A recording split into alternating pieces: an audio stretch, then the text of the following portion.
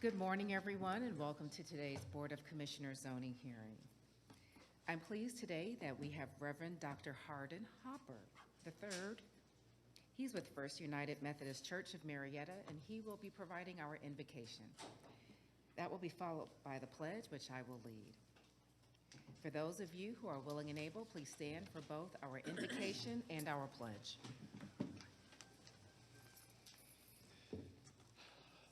Let us pray. O good and gracious God of all creation, of provision and power, we come together at the beginning of this meeting mindful of the responsibility entrusted to those who serve this community. We give thanks for the opportunity to gather, to deliberate, and to work for the well-being of our county and its people. And we ask for wisdom in decision-making, for clarity in thought, and for a spirit of cooperation and respect. And grant these leaders patience as they listen, discernment as they weigh competing needs and integrity in all that they do. And help all who are present, officials and staff, general citizens alike, to approach this time with a shared commitment to fairness, to the good of the whole community, and to the dignity of every person. And may this work be guided by your desire for justice, tempered with compassion, and grounded in a genuine concern for those whose lives are affected. All this in the holy name of your word. Amen. Amen. I pledge allegiance to the flag of the United States of America and to the republic for which it stands, one nation, under God, indivisible, with liberty and justice for all.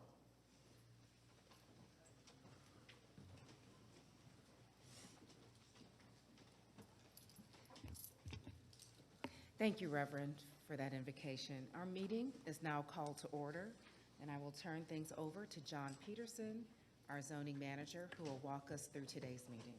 Thank you. Today's hearing will be conducted with the following process and procedure. Each case will be called in numerical order. When the case is called, we would ask the applicant to please stand and raise their hand to show that they are in attendance. After that, we're going to call to see if there's anyone here opposed to a specific case. We would also ask that the opposition please stand and raise their hand so they can be counted for the official record. Then, after recognizing both parties will be asked to come forward to be sworn in. The applicant will testify first, and then the opposition, if any, will testify second. It's important to note that each side gets 10 minutes to state their case concerns. There's not a rebuttal process, and there's not a process to reserve your time. So please convey all your information to the board within your 10-minute time period. Additionally, if there's more than one person who wishes to speak on the case, you may want to coordinate with each other about what you're going to talk about, because each side only gets 10 minutes, and you want to cover the same information over and over. After that, the board will start to discuss the case at hand. From their discussion, they may ask one or more speakers to come back to the front for additional comments or questions. Then the board will make a decision to either approve, deny, continue, or hold the case at hand. There is one case on today's printed agenda which has been withdrawn without prejudice. This case will not be heard today. That's LUP 9 of 2026, IH4 Property, Georgia LP. This case has been withdrawn without prejudice and will not be heard today. Madam Chair and Board, I did get a request late to withdraw one other case that's on your held agenda. The applicant for rezoning case Z2 of 2024, Floridor Development Group LLC, wishes to withdraw this case without prejudice. Commissioner Allen. So moved. Second. Is there any discussion? Call the question. The motion carries 5-0. Thank you. There are a number of cases on today's printed agenda which have either been held or continued by the staff of the Planning Commission, and these cases will not be heard today. First case is rezoning case Z1 of 2026, Francisco J. Garcia Sanchez. This case was continued by the staff until the May 5th, 2026 Planning Commission zoning hearing. So Z1 of 2026 will not be heard today. Rezoning case Z4 of 2026, Field Time Athletics LLC. This case was continued by the staff until the May 5th, 2026 Planning Commission zoning hearing. So Z4 of 2026 will not be heard today. Rezoning case Z10 of 2026, Racetrack Inc. This case was held by the Planning Commission until the May 5th, 2026 Planning Commission zoning hearing. So Z10 of 2026 will not be heard today. Rezoning case Z12 of 2026, Dennis Tidwell. This case was held by the Planning Commission until the May 5th, 2026 Planning Commission zoning hearing. So Z12 of 2026 will not be heard today. Rezoning case Z13 of 2026, Presswick Companies. This case was held by the Planning Commission until the May 5th, 2026 Planning Commission zoning hearing. So Z13 of 2026 will not be heard today. Rezoning case Z16 of 2026, Sugar Bear Properties LLC. This case was continued by the staff until the May 5th, 2026 Planning Commission zoning hearing. So Z16 of 2026 will not be heard today. LEP 6 of 2026, Tasha Tolbert and Alicia Steele. This case was held by the Planning Commission until the July 7th, 2026 Planning Commission zoning hearing. So LEP 6 of 2026 will not be heard today. LEP 10 of 2026, McKeecher Memorial Methodist Church, Inc. This case was held by the Planning Commission until the May 5th, 2026 Planning Commission zoning hearing. So LEP 10 of 2026 will not be heard today. SLEP 3 of 2026, Joe Dirt Development. This case was continued by the Planning Commission until the May 5th, 2026 Planning Commission zoning hearing.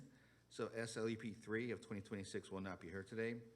And finally, other business, item number 20 of 2026, JW Collections LLC. This case was continued by the staff until the May 19th, 2026 Board of Commissioners zoning hearing. So other business 20 will not be heard today. Before we begin the hearing, I do have a couple more announcements to make. If you have a cell phone, please turn the volume off on your phones. When the phones ring, it doesn't interfere with the broadcast and the presentations. And I want to remind applicants, opposition, or any interested party that information is due to this board the Wednesday prior to this hearing date, and any information submitted after the due date may or may not be considered by the board at their discretion. Madam Chair and Board, I did get one request for an early head count for one of the cases. Can I get a show of people here who are opposed to other business item number 16 of 2026, Rachel Sutherland? This is the Walmart at 3100 Johns Ferry Road. Please stand up, raise your hands.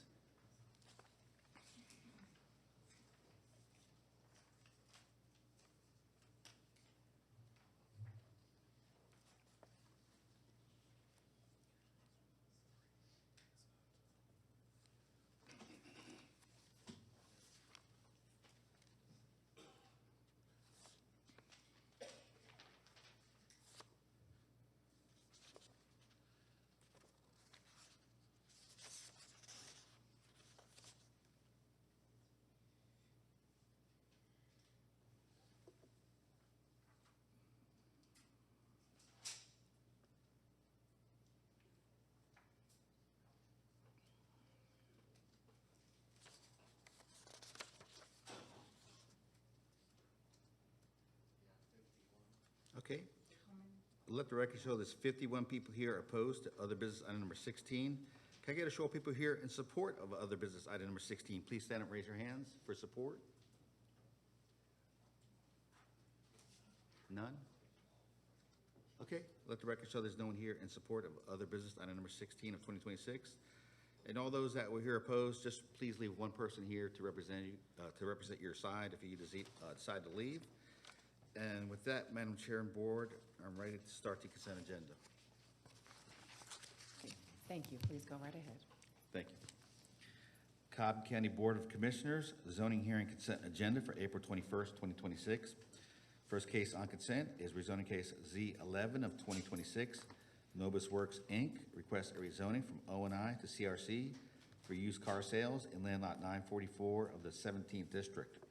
The property is located on the east side of Interstate North Parkway, north of Windy Ridge Parkway. The Planning Commission recommends approval, subject to the following conditions.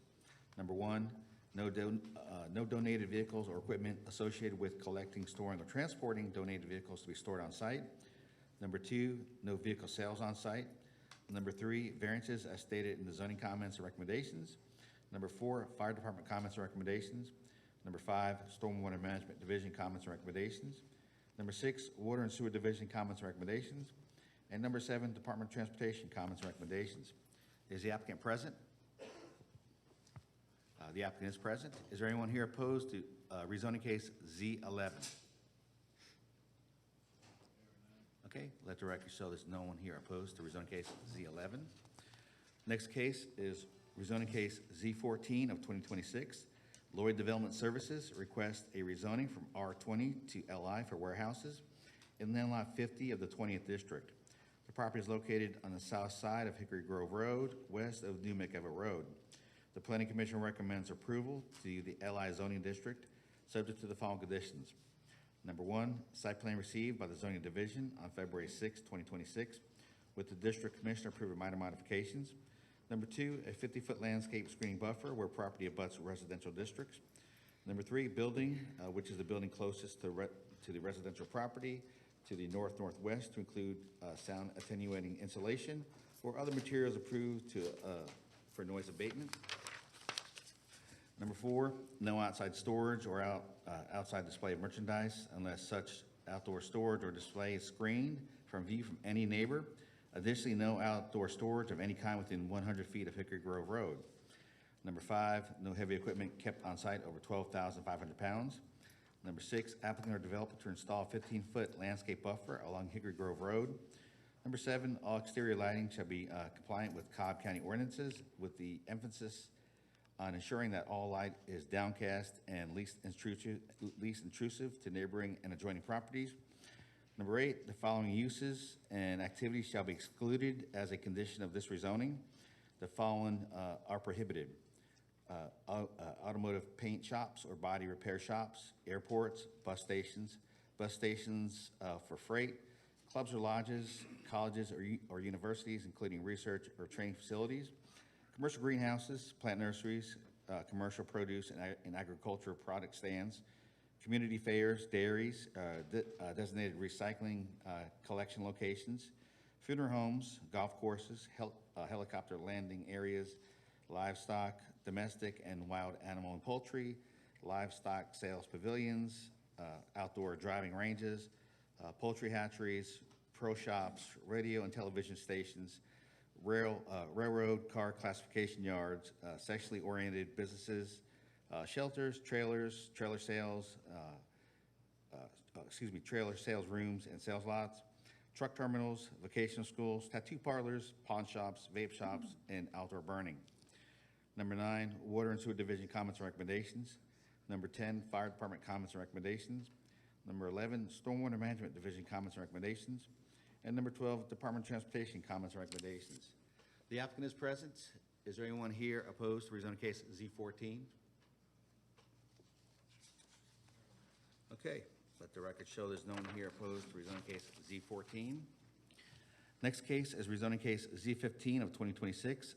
Cameron Neary requests a rezoning from UVC and GC to CRC for a convenience food store with self-service fuel sales in land lot 94 of the 20th District. The property is located at the southwest intersection of George Busby Parkway and Frey Road and on the northeasterly side of I-75.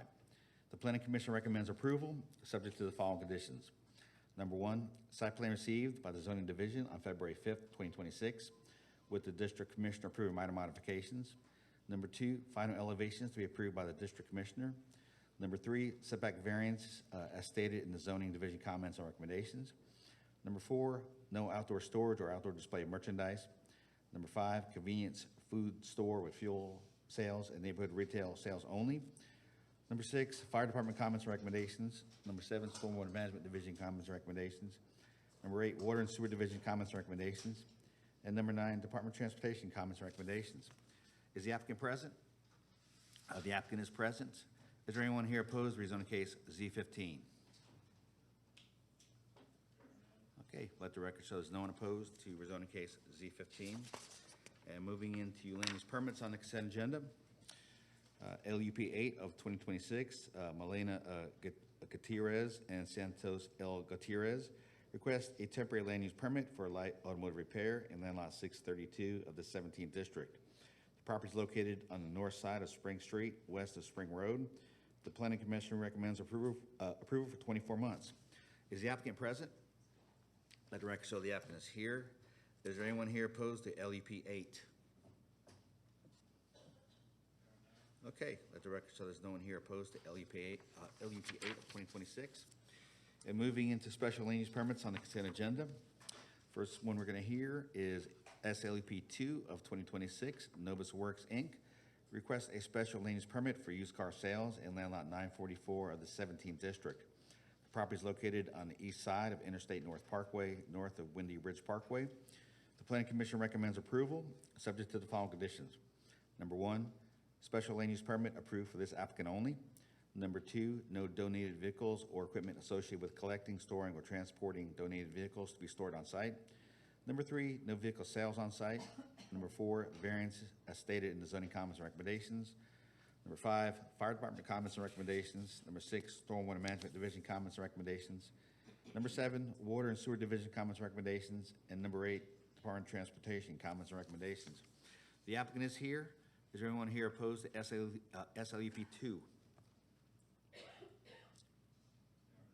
Okay, let the record show there's no one here opposed to SLEP 2. Next case is SLEP 4 of 2026, Handicap Driver Services Alabama LLC, doing business as Mobility Works. Requests a special land use permit for used vehicle sales, which are wheelchair accessible, in land lots 930 and 931 of the 16th District. The property is located on the south and west side of Kennestone Circle, north of Cobb Parkway. The Planning Commission recommends approval, subject to the following conditions. Number one, site plan received by the Zoning Division on February 9th, 2026, with the District Commissioner approving minor modifications. Number two, Fire Department comments and recommendations. Number three, Water and Sewer Division comments and recommendations. Number four, Department of Transportation comments and recommendations. Number five, Stormwater Management Division comments and recommendations. Number six, all cars be parked in striped parking spaces. Number seven, no outdoor stores except for used vehicles. And number eight, all vehicle repairs to be done inside the building.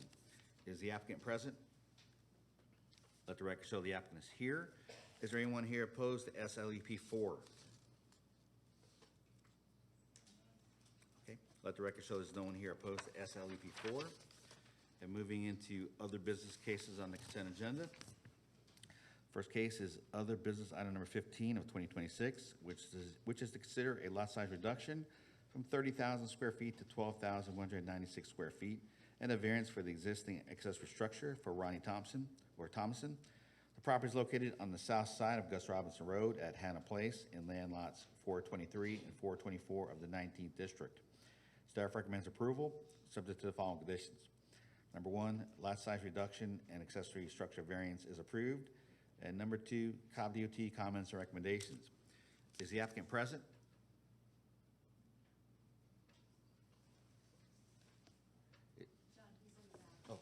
Okay, thank you. I can't see him because of the camera. Okay, the applicant is present. Is there anyone here opposed to other business item number 15? Okay, let the record show there's no one opposed.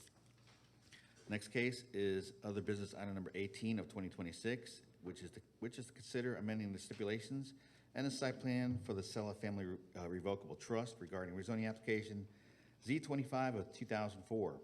The property is located on the northeastern side of Heath Hollow Lane at Carlisle Court in land lots 134 and 166 of the 16th District. Staff recommends approval, subject to the following conditions. Number one, site plan received by the Zoning Division on March 12, 2026. And number two, all previous stipulations not in conflict with this amendment to remain in effect. Is the applicant present? Let the record show the applicant is here. Is there anyone here opposed to other business item number 18? Let the record show there's no one opposed. Next case is other business item number 23 of 2026, which is to consider a reduction of required public road frontage from 75 feet to 0 feet for Jamie Cook. The property is located on the north and east side of Roberts Wood Drive in land lot 791 and 792 of the 19th District. Staff recommends approval, subject to the following conditions. Number one, the proposed site plan contained in the other business packet. Number two, the access road can be gravel. Number three, site plan review comments contained in the other business packet. And number four, stormwater management comments contained in the other business packet. Is the applicant present? Oh, the applicant is present. Is there anyone here opposed to other business item number 23? Okay, let the record show there's no one opposed. And that completes the printed consent agenda, Madam Chair and Board. Thank you, John. Commissioners, do you have any changes to make, any additions to consent? Okay, Commissioner Allen? John, are we going to, I know we discussed moving Z6 2026 to consent. Yes, let me go ahead and call that into the record, Commissioner. Rezoning case Z6 of 2026, Cauliflower Inc., request rezoning from GC to LI for a hydraulics business in land lot 934 of the 19th District. The property is located on the northwest corner of Old 41 Highway and Haynes Road. The applicant is present. Is there anyone here opposed to rezoning case Z6? Okay, let the record show there's no one opposed. Okay. And I guess first we need to make a motion to add it to consent, and then after that we can add the conditions? Or do we add the conditions at the same time? I would add the conditions. Okay, at the same time? Yeah. Okay, Madam Chair and Board, the staff would recommend the Board add this to consent, subject to the site plan received by the zoning division on December 4th, 2025, with the District Commissioner approving minor modifications, Water and Sewer Division comments and recommendations, Fire Department comments and recommendations, Stormwater Management Division comments and recommendations, Site Plan Review comments and recommendations, and no outdoor storage or outdoor display of merchandise. Okay, Commissioner Allen? So moved. Second. Is there any discussion? Call the question. The motion carries 5-0. Commissioner Gamble, did you have a matter? Let's go ahead, please. I would like to add SLUP 1 2026 and its companion case OB 21 2026 to consent agenda. Okay, let me go ahead and read those into the record. Yes, please. Okay, SLEP 1 of 2026, Dane Contracting LLC, requests a special land use permit for an addition of wood materials processing for firewood in land lot 26 of the 20th District. The property is located on the southwest side of Baker Road, north of Webster Drive. The applicant is present. Is there anyone here opposed to SLEP 1 of 2026? Okay, let the record show there's no one opposed. And we also have a companion of the business case. OB 21, John. 21.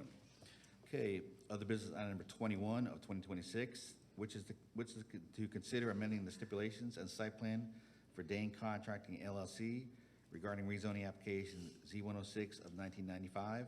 The property is located on the south side of Baker Road, north of Hickory Grove Road, in land lot 26 of the 20th District. The applicant is present. Is there anyone here opposed to other business item number 21? Let the record show there's no one opposed. So John, would you like to, I know we need to approve these separately.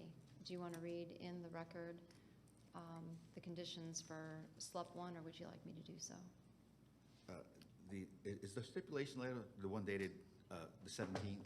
Yes. Okay, Madam Chair and Board, the staff would recommend that the Board of Commissioners place SLEP 1 on consent, subject to the applicant's letter dated April 17th, 2026, and all staff comments, recommendations not in conflict.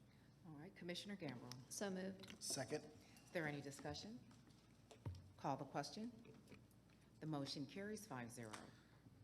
Okay, and the motion for other business item number 21 would be the same exact recommendation we had for SLUP 1, Okay, same conditions. same conditions. Okay, Commissioner Gamble. So moved. Second. Is there any discussion? Call the question. The motion carries 5-0. Thank you, John. Okay, go ahead, Commissioner. John, I would we have also- another case. I would also like to add OB 22 of 2026 to the consent agenda. Okay, item OB 22 of 2026 is to consider amending the stipulations of site plan for Great American Storage LLC regarding rezoning application 423 of 1985 and SLUP 6 of 2022. The property is located on the east side of Jim Owens Road and on the north side of New Rutledge Road in land lot 125 of the 20th District. The applicant is present. Is there anyone here opposed to other business item number 22? Let the record show there's no one opposed. And Madam Chair and Board, the staff would recommend the Board approve this, subject to the site plan contained in the other business packet and all staff comments, recommendations contained in the other business packet. Okay, Commissioner Gamble. So moved. Second. Is there any discussion? Call the question. The motion carries 5-0. Are there any other matters? Commissioner Sheffield? Z27, John, if you can see if there's any opposition here. Okay. Okay, rezoning case Z27 of 2025, Knight Partners LLC, request rezoning from R20 and TS to CRC for convenience food store with self-service fuel sales. And that's been revised, Madam Chair and Board, to NRC for retail sales in land lot 754 and 759 of the 17th District. The property is located on the northwest corner of South Cobb Drive and Riverview Road. The applicant is present. Is there anyone here opposed to rezoning case Z27 of 2025? Let the record show there's no one opposed. Okay, Commissioner? I'm sorry, do I read the conditions or? Yes. Okay. Thank you, John. I make a motion to approve the amendment to Z27, 2025, but deleting it to the LRC zoning district with the following conditions. Approval shall be site plan specific. Letter of agreeable stipulations dated March 30th, 2026 from J. Kevin Moore with the following revisions. Stip number 5 to include lighting plan to be submitted during site plan review with final approval by the district commissioner. Stip number 6 to reflect the dumpster enclosure to include doors that will remain closed when not in use. Stip number 11 to reflect the final landscape plan to be approved by the district commissioner. Include a stip to include the district commissioner will approve the final building elevations. Restaurant shall be a permitted use. Prohibited uses include but not limited to liquor stores, check cashing establishments, pawn shops and tattoo parlors, smoke and vape shops.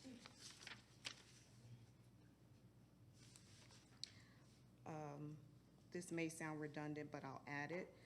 Professional offices and restaurants only. Any other use requires BOC approval through an other business zoning application. Construction hours are to be consistent with county code.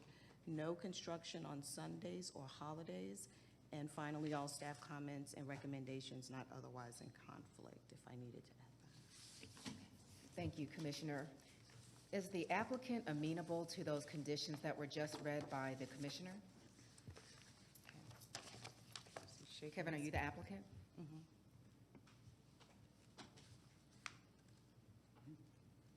Yes, okay. Did you want to add any comments, or you? No, okay.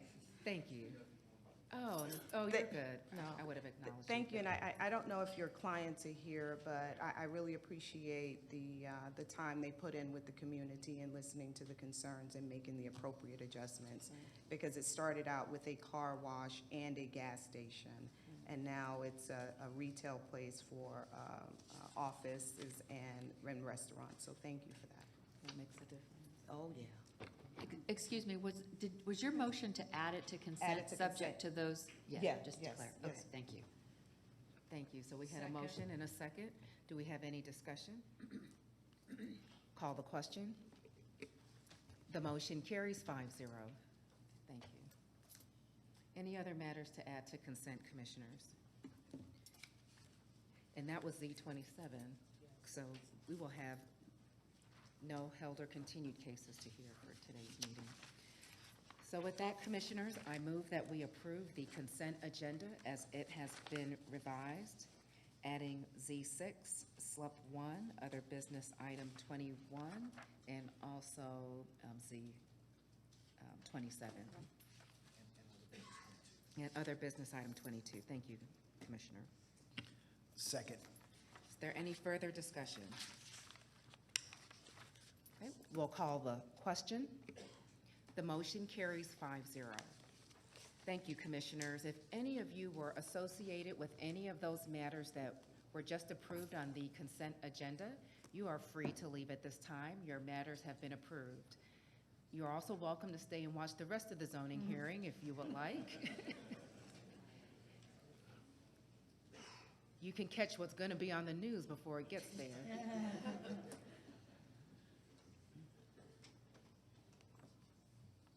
Let's give a few moments for everyone to clear out, and then we'll begin.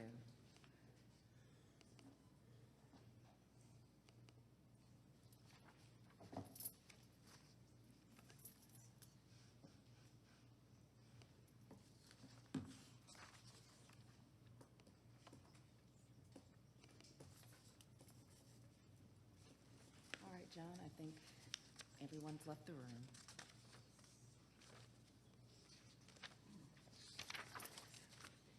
Okay, first Well, case. except for the 51 here for Walmart, yes. Everyone with consent. Okay, first case we're going to hear today is LEP 7 of 2026. Jessica R. Weaver requests a temporary land use permit to operate a wellness studio in land lot 75 of the 20th District. The property is located on the west side of Dallas Ackworth Highway, north of Silver Lace Lane. Is the applicant present? Let the record show the applicant is here. Is there anyone here opposed to LEP 7? Okay, let the record show there's no one opposed. Would the applicant please come forward to be sworn in? Ask if there is anyone here in support of this Okay. matter. Can I get a show of people here who are in support of this application? Please stand and raise your hands. Okay. John said he would be here at 10 a.m. He had another appointment. Would you like to, John, I'm sorry, is that your representative? He is, he's the representative that owns the property we're in reference to Okay. today. Are you, would you prefer to wait for him to be here? If I may. Okay. That would be wonderful, yes. Commissioner Gamble, are you amenable? Okay, thank you. We can move on to the next matter. Yeah. Okay.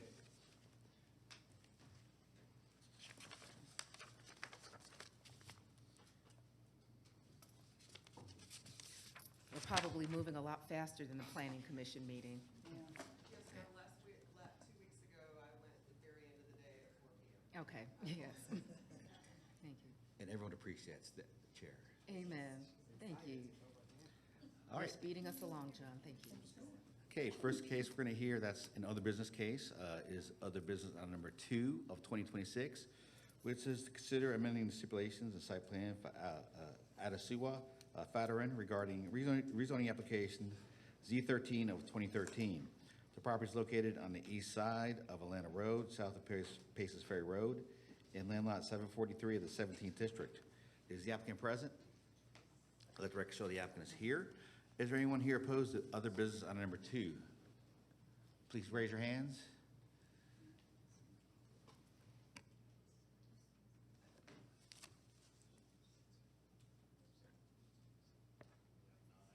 Okay, let the record show there's 9 people here opposed. Can I get a show of people here who are in support? Please stand and raise your hands. In support?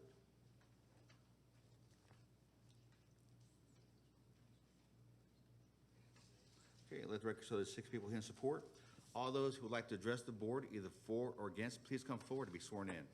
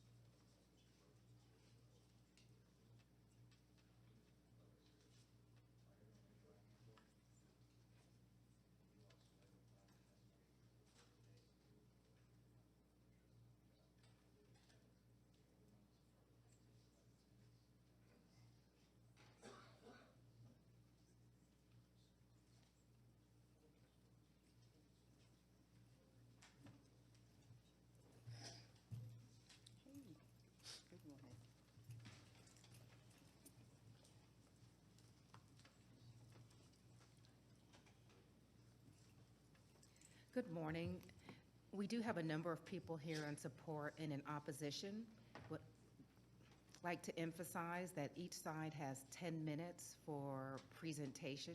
So just be mindful if there are going to be multiple speakers, if the plan is for all of them to speak.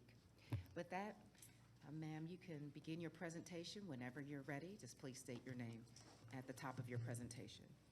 Good morning. My name is Adesua Fademi, and thanks for the opportunity to be able to present my case again. So I'm back here to be able to address some of the stipulation and restriction that was put on the building that I'm running my business under. So with that, I would like to showcase some of the things that I would like to change, as well as let know what the community has been to me. So This is the business, which is running out of 3691 Atlanta Road. And can you go to the next one? So I'm requesting the following changes. There are a couple of changes that were put on the building, but these are the particular ones that is really impacting the business scaling, as well as making us to stay afloat and be profitable. The first bullet point here is I'm requesting the opportunity to be able to stay competitive, profitable, as well as stay afloat is what we are requesting a change to accommodate our business to be able to operate by removing current ordinances and stipulation on the building. There's a restricted stipulation on our opening sign, which is to be removed because of the business building is way far to the back. And it's very difficult for people to see the business from the street. And the restricted stipulation on the monument sign as well. That needs to be removed because the sign was maintained by the previous owner and we've not made any changes to it at all. This is designated and it is as designed when the property was acquired. And the restricted stipulation on our opening time. So currently now we are allowed to open from 8 a.m.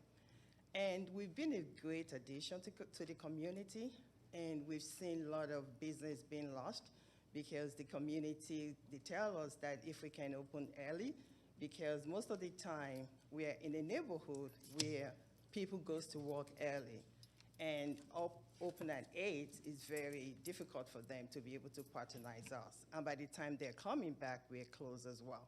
So we're looking for a flexibility on our opening time. So currently now, this is the building.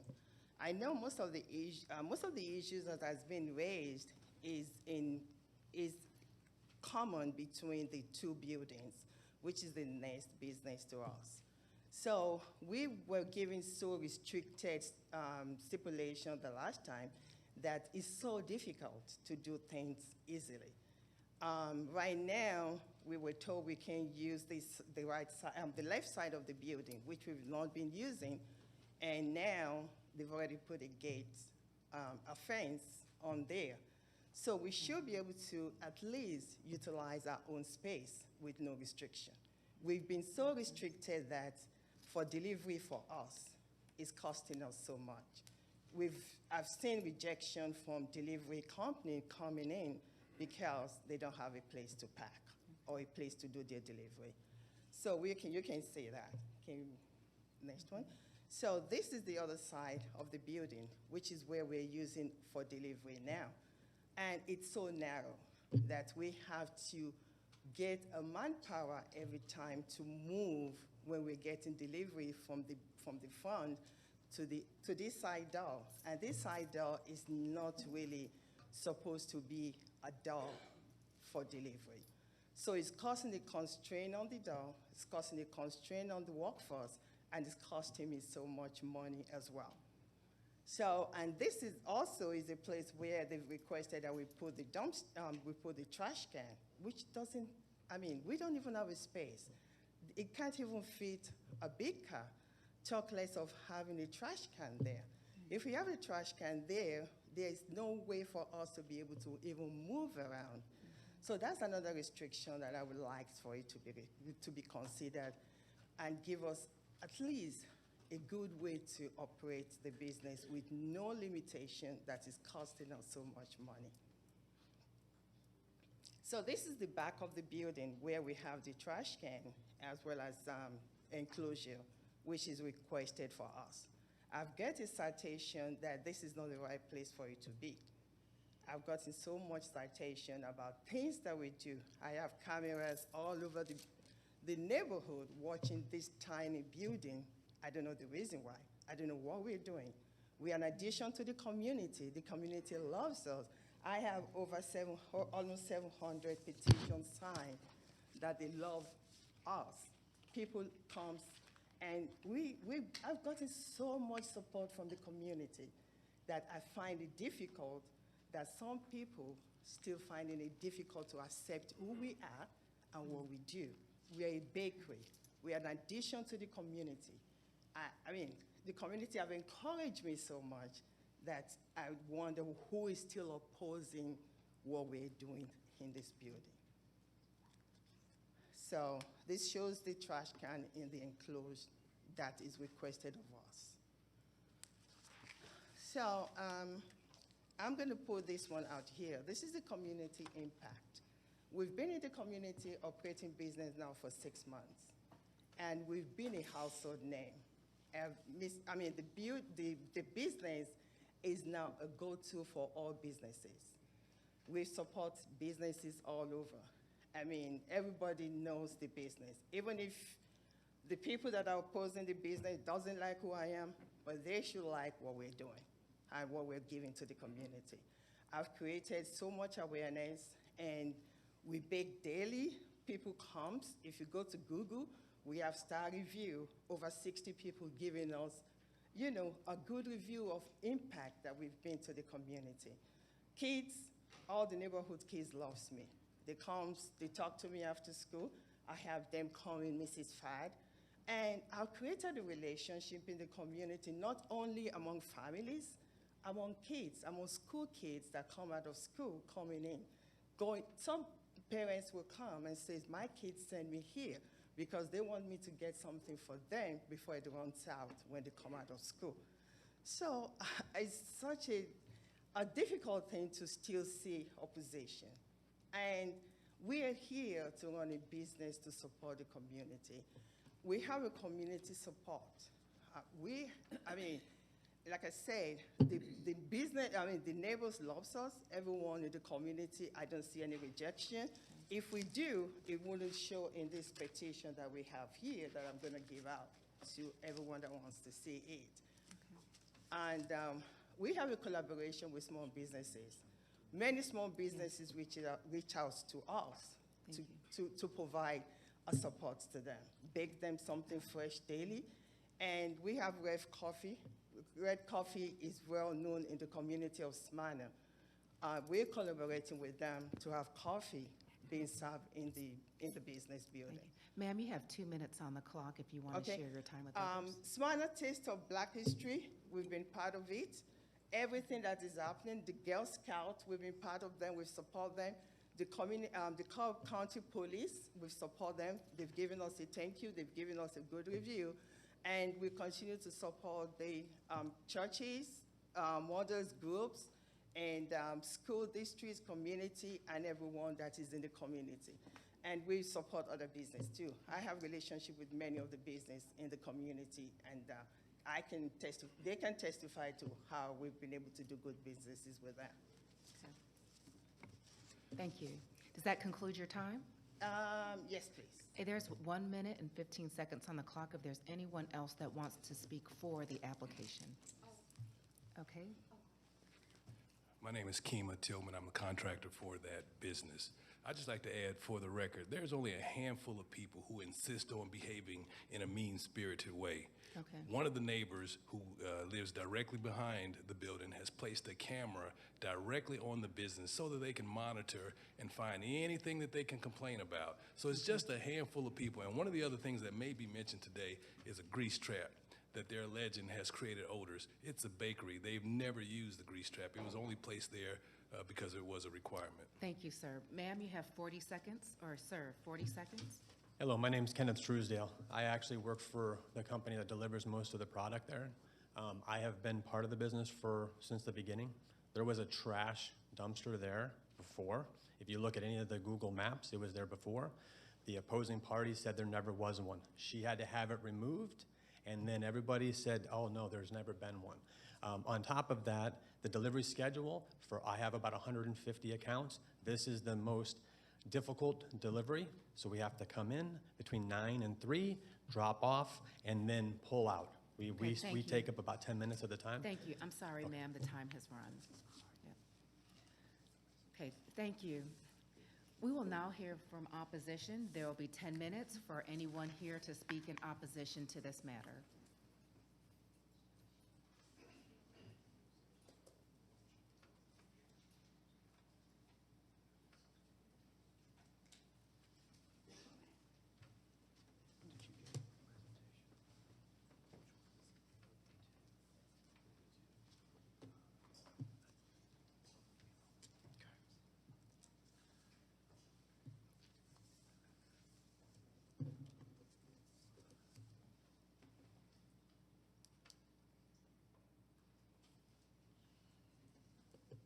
Morning, Madam Chair. Thank you, and I Commissioners. should have asked because we had a number of people speak in support, and I didn't get each of their names before they spoke. So if the gentleman behind you would like to speak, just please help me in stating your name before your comments, so we can get that for the record. Thank you, Chair. Thank you. I think we were looking for a presentation from us, but we can start without. So we were before you. My Adam, name go is ahead and state your name for the my- record. My name is Adam Rosen with Thank Rosen, you. Rosen and Riley, and I'm here on behalf of the Paces High Park Homeowners Association.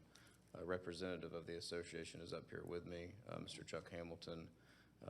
Individuals from the association are also here in the crowd, and were counted this morning.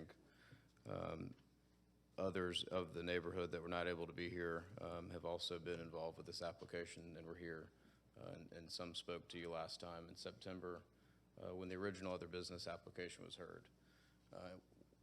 Talking a little more historically then, we looked back at the original zoning for this property.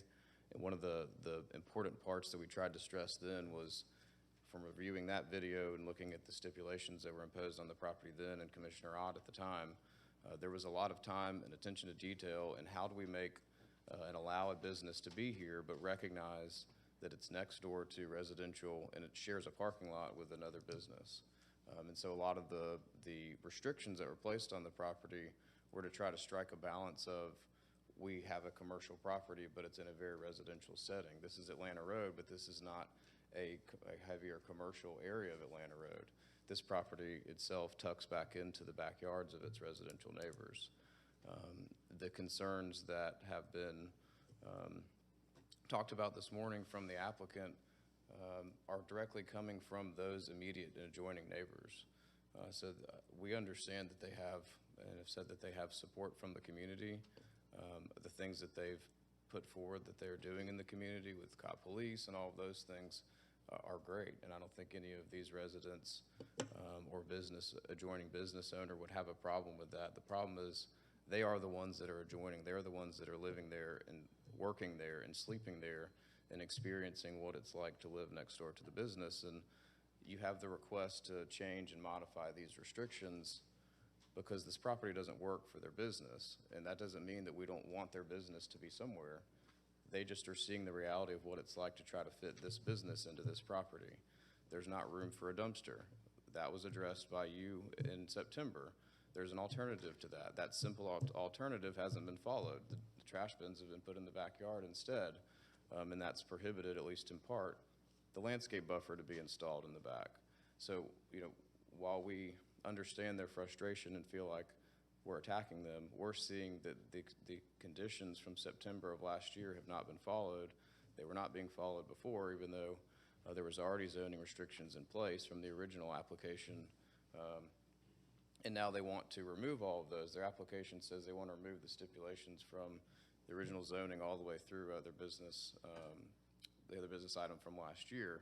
The main focus of the stipulation request 1, 4, 5, 6, and 9 relate to hours of operation, relate to deliveries, relate to the dumpster enclosure we just talked about, relate to trash collection, and the last one, which is obviously concerning to residential neighbors, is no speakers permitted outside, no audible music, and no outdoor seating or extended coverings and awnings. So these are all things that you as a board just a few months ago looked at and said, this is the only way that we can let this business operate here.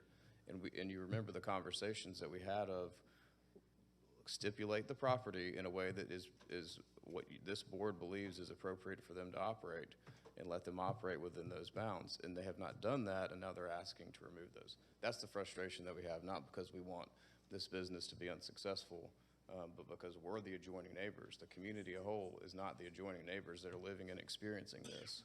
Again, these are the owners that are here today. And then the gentleman behind me who I just met this morning is here representing the association across the street, and I'll let him introduce himself and tell you his role. But again, this is how close this business is to these residential neighbors. The Yoli's Salon next door, who could not be here today, Mr. Tim Pilgrim, spoke to you last time. He did have to fence his property because he was having deliveries and other activity on his property. They want to put the dumpster enclosure in the back behind those yellow bollards. There's no practical way that this functions, and that's why we've gotten back here, because it didn't practically function, and now we're back asking to make changes. And so unfortunately, he couldn't be here, but I wanted to make sure you saw this, and this is something that he submitted to the board previously about his concerns. I want to let Chuck, if you want to speak next, and then if we have time, continue from there. Good morning. I'm Chuck Hamilton. I am president and board member of the Paces High Park Homeowners Association. We're a collection of 38 homes that surrounds this property. I'm also an adjoining landowner. My house is right next to the bakery and has the longest contiguous border with it. I want to be very clear, and I think Adam stated this. We're not trying to do anything adverse to this business today. We're not trying to shut the business down. We're happy that the businesses in Cobb County, all businesses, are successful. But they're coming to you today essentially for the same reasons they came to you last fall that were considered. And I would point out, they bought the property, and these restrictions, almost all of them, if not all of them, were already matters of record when they purchased the property. And they said they didn't know it, and fine, so it was reconsidered just 6 months ago. We 100% do not try to do anything to shut them down or impede their business, but we also 100% want to keep the existing restrictions in place. Property owners, residences have a right to quiet enjoyment of their properties. That's part of the reason the hours are such a big concern. Restricted hours were placed on this property last fall. They're not even following those. On a regular basis, they're not following those. And I feel like perhaps there were some members who wanted to give them a chance, which, fine. And they've had their chance. And what they've shown us is they're not listening to the restrictions now. We need to keep what is in place for the protection of our community. When they have trucks in there, they make noise. They're not supposed to be idling. There's 18-wheelers in there delivering product. They're idling. You can hear it.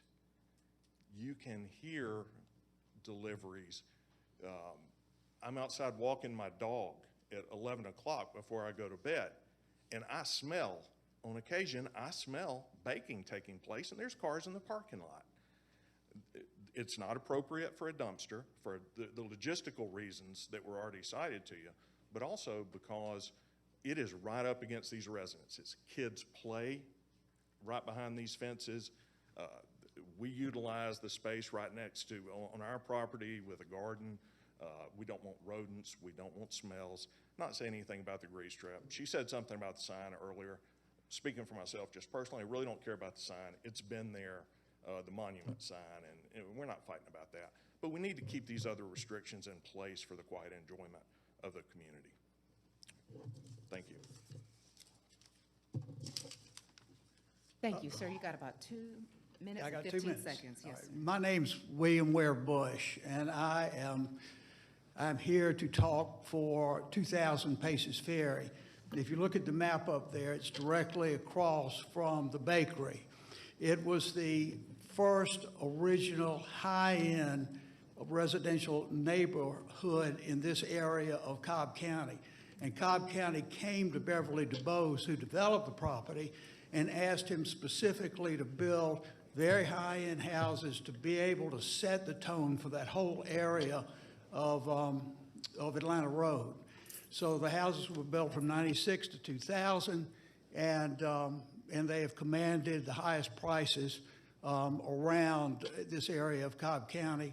And there's 68 high-end houses that were designed by one of the finest residential designers in America, Bill Baker, who actually lives in the community now. So it was, all the houses are different. All of them are architecturally significant, and we do not want any type of changing in the zoning that is around 2000 Paces Ferry. People paid significant amounts for the properties, and they don't want anything that might impact that value. I've been involved with historic preservation for my entire life, and am very sensitive to any kind of zoning changes that impact residential neighborhoods, period.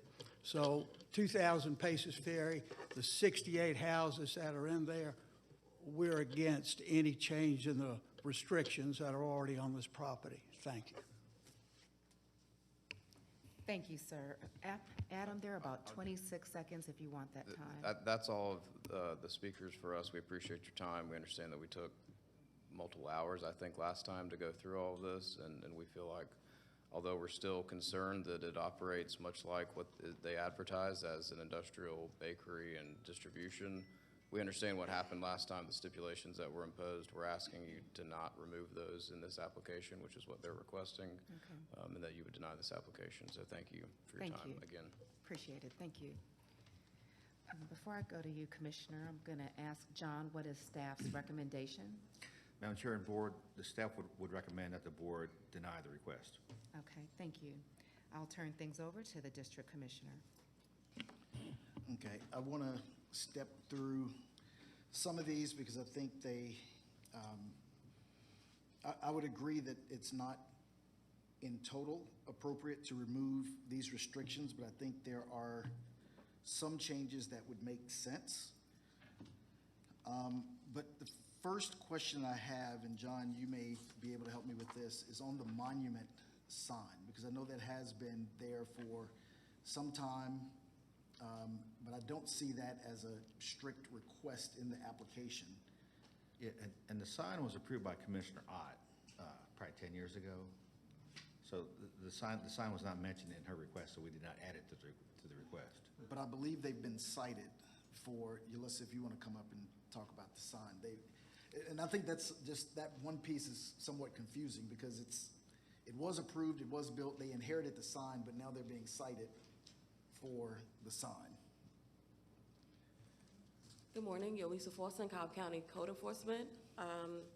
They received 4 citations under penalties on November 21st of 2025, and it was because the deliveries, it says stipulation 4 states that no deliveries may be loaded or unloaded on the north side of the building. A semi-truck loaded and unloaded on November 13th of 2025. Stipulation 4 states that there is to be no business operations, including baking, cleaning, or equipment repair after 9 p.m. Monday through Saturday. Employee was still on site taking something to the trash on October 31st, 2025 at 10:30 p.m.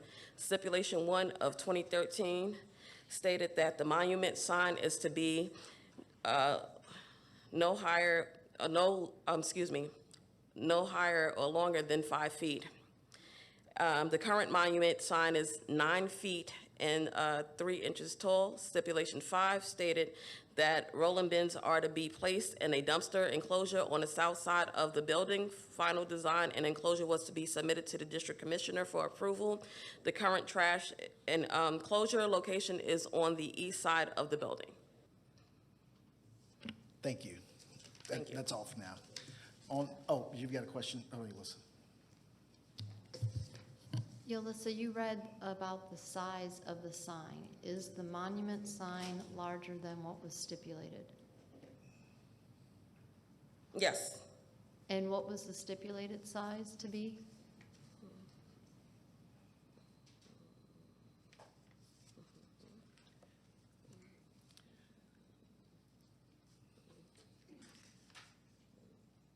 I don't think the monument sign was outside of a stipulation. I think it's outside of code.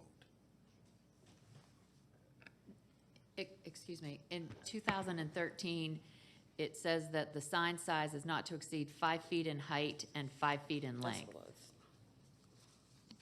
So that's why they've been cited, is because I think, Yulissa, you read it was 9 feet, 3 inches. It's 9 feet and 3 inches. I was looking at the 2025 stipulations, but the 2013, they're in violation of that, and then they also have some type of neon sign. Well, the neon sign was allowed in the window, per the last stipulation. And this is why I'm confused a little bit, John, because you said it was approved, that monument that was built was approved by Commissioner Ott 2 predecessors ago in this seat. And it's been there for over a decade, I believe. That's right. So I'm concerned that we're citing some, so what do I need to do to make sure that that a monument sign that is 9 feet 6 inches is approved. So that's no longer an issue. Okay, and Commissioner Allen, you know, she did mark the 5 things she wanted to change, which are referenced in the other business item on the front page.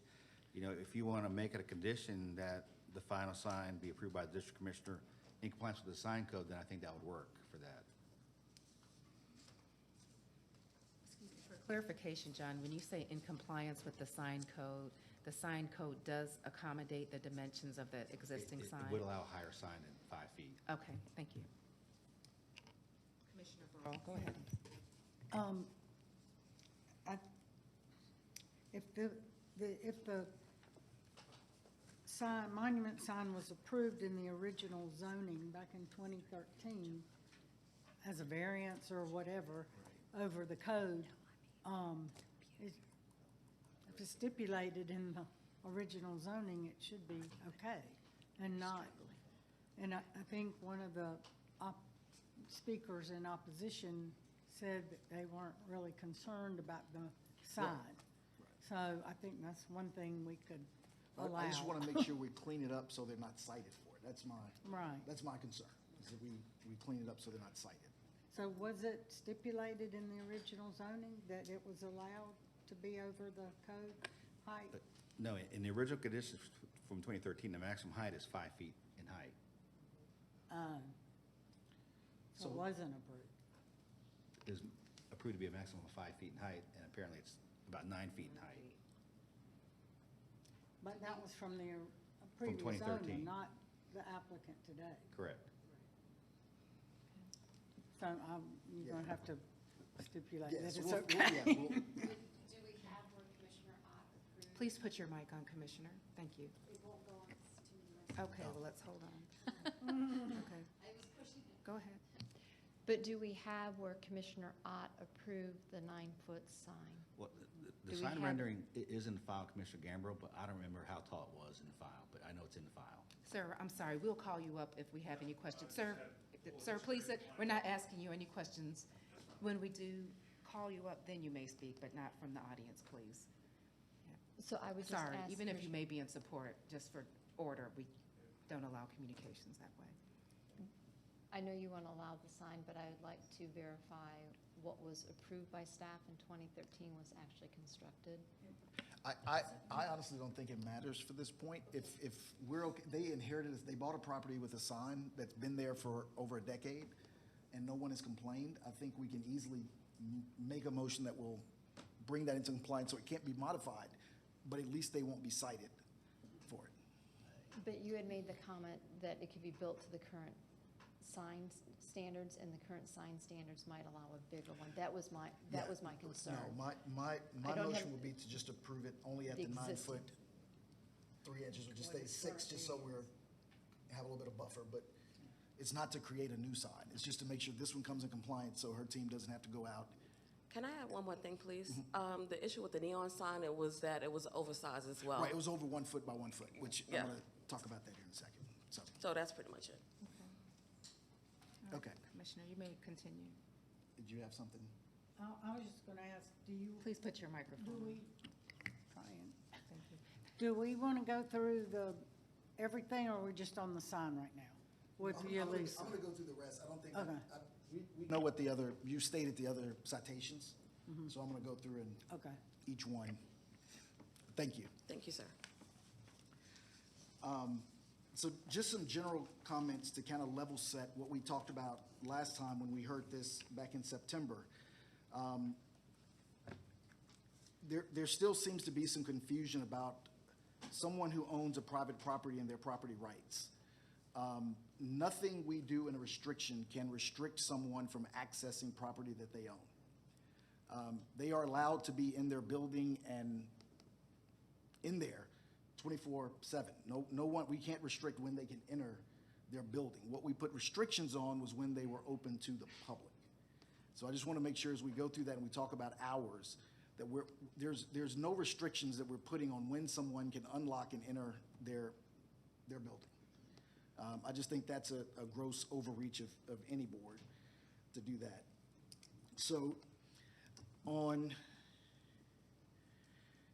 and as we go through them, John, is it easier to go through them as a motion and then come back and have discussion on Yes. each one? So I'll read it as a motion. Well, before I do that, one more thing I wrote down on it that I just wanted to clarify also, there's no changes to zoning. I know that was mentioned. This is not about changing zoning and appropriate use. This is just stipulations to help maintain order between the community and the business. And also, not all of these restrictions, I know Adam mentioned that all of these restrictions were already in place on the property. There were restrictions in place on the property, but we did go above and beyond in September on some of these, so I just want to make sure we're level set on that as well. So I'll make a motion to, oh, go ahead. Before you do, I actually needed a little more clarification or wanted to hear from the delivery person to learn about the challenges that they're experiencing. Obviously, that's the bread and butter, so to speak, of the business. So I just need a clarification. He mentioned that it was a challenge, but he didn't have time to elaborate, so I just wanted some If clarification. the delivery driver could come back up, he's coming. I want to hear him say that, if that's okay. Okay, so I'm not the delivery driver, Sir, I please- just happen to be the please account help. manager. Please help in stating your name for our record. Sure, my name is Kenneth Truesdale. Thank you, Kenneth. The issues that I've seen at that property are where we're supposed to deliver is on the north side of the building, which faces the salon. Well, now there's a fence there, and even if that is their property, there's absolutely no way that a semi-truck cannot get in there. That's how all the restaurants and bakeries receive their product, is on semi-trucks. So the second issue, if we deliver on the other side, there is a property there, and we've had to deliver to that side. And, you know, it is very tight, and if we put trash on that side, you cannot get a delivery. So that's where the problem is. Not only is the road very busy, but we do find, and I have seen from the first delivery, I've been there many, many times, that the neighbors, especially the one next door, has come out filming. And so I filmed the first 2 deliveries, which took less than 10 minutes after 9 a.m., and we've delivered, dropped, and left. Did you need any more clarification? No, that was it, thank you. Okay, are there any other questions before I? Thank you for go into- asking. We're Commissioner going to Burke. have the discussion after the motion, but go ahead. If you- No, if you, I think that's fair. Let's hear him out Yeah. for his motion before we take him down a different path. so I'd like to make a motion to amend the stipulations, starting with stipulation 1 on, it has on there, no hours of operation no earlier than 6 a.m. with customer hours from striking 8 p.m. and changing it to 7 a.m.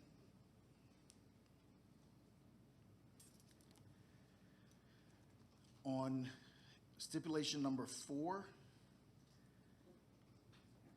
Please let him no, finish. it's his- just clarifying. Yeah. Yes. Number 1, change, Okay, let him read it, and then we can ask questions, because he will never get through this motion. yeah, it'll. So number 1 was just changing hours of operations from 8 a.m. to 7 a.m. Okay. So it'll still be 7 a.m. to 7 p.m. for hours of operation. On stipulation 4, to, let's see, to strike no loading or unloading on the north side of the building in the shared drive. And now that the fence is erected, I think it gives a clear boundary of what's their property and what's not. And with the fence there, I think it's unreasonable not to have them be able to access their property regardless of what side. Stipulation number 5, to strike on the south side of the building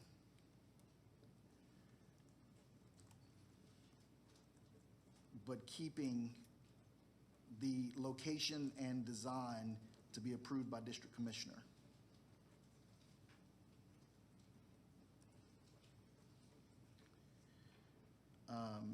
No changes to 6 as requested. The sign, the neon sign in the window on number 8, striking 1 foot by 1 foot and adding 3 feet by 3 feet.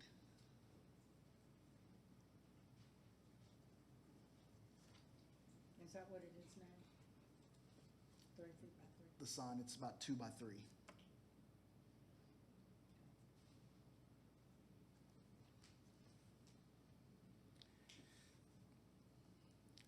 And on number 9, and I know this is, it is not appropriate to make changes that for speakers or music or awnings or any of that, but in consistency with the salon next door that does have outdoor seating, I would like to strike no outdoor seating and add no more than 8 outdoor seats restricted to the patio with no seating in parking lot.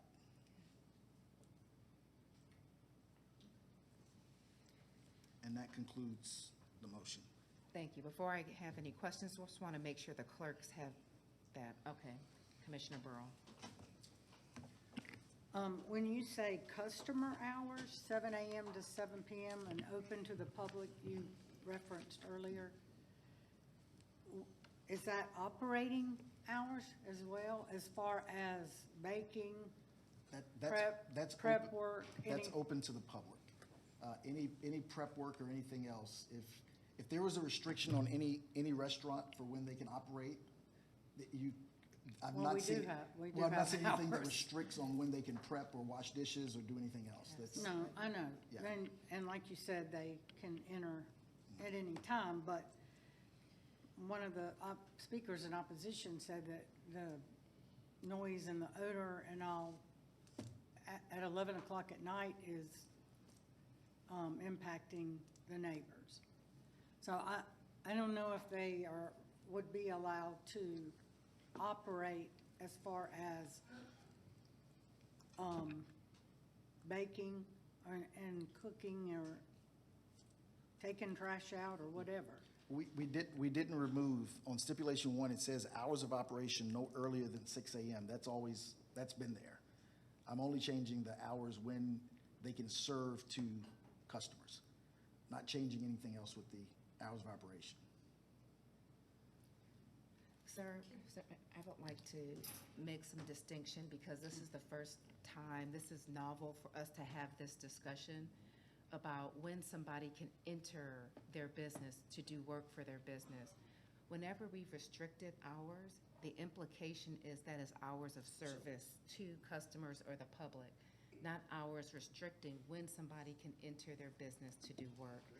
So this may need to be clarified in our code in the future, but I have never had any impression in any prior zoning where we restricted hours to restrict someone doing business in preparation for the open of their business to the public. But I think that this is presenting opportunity for us to clean that up and make it very clear what that is. Yeah. Commissioner Gambrill. But we do restrictions on like light automotive repair, painting and such. We don't let those businesses paint or do automobile repair 24/7. So I understand what you're saying. Yes. But to me, they're still doing prep work, Yes. yet those types of businesses are also doing prep work, Yes. but we've had no problem limiting them.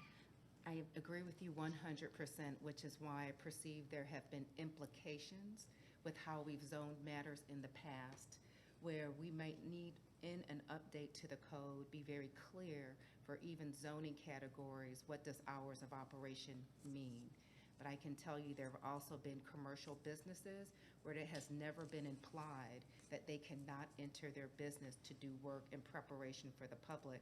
And when I was a district commissioner, whenever I have put in hours of operation, it has always been with the understanding that those hours of operation, at least for these type of more neighborhood and less intense uses like the ones that you shared, which still are NRC zoning code, so I get where you're coming from. But the implication has been that those hours of operation meant service to the public. Or else we would restrict a lot of other uses in ways that I think may not be reasonable. For instance, a daycare, opening up, them preparing for students coming in or young people coming into their operation.